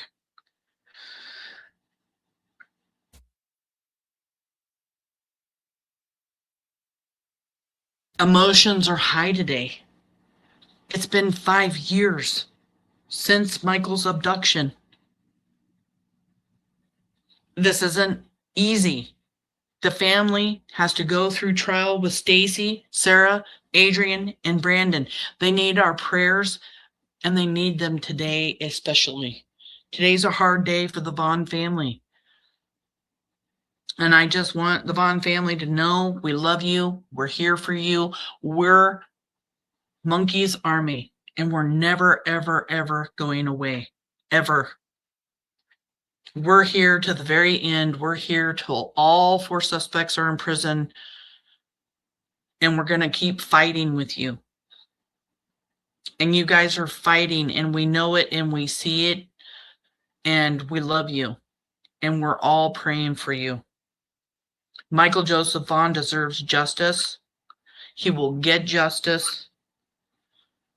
And we'll be right here to talk about it when all 4 of them have been arrested, when all 4 of them go down for Michael Vaughan's abduction and murder and destruction of evidence.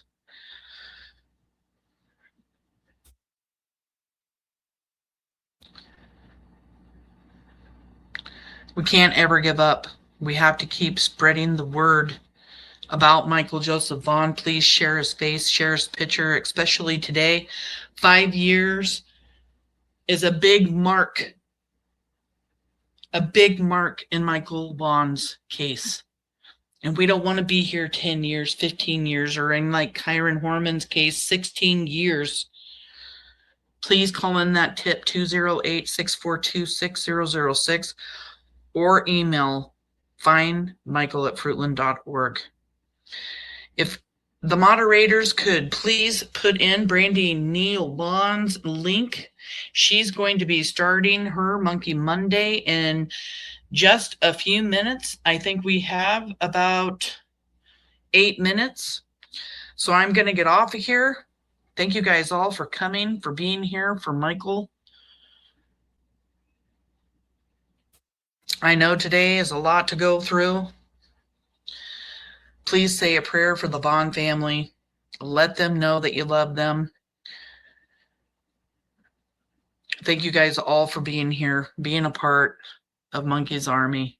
I appreciate every single one of you for being here. God bless you guys. God bless the Vaughan family. And God bless Michael Joseph Vaughan.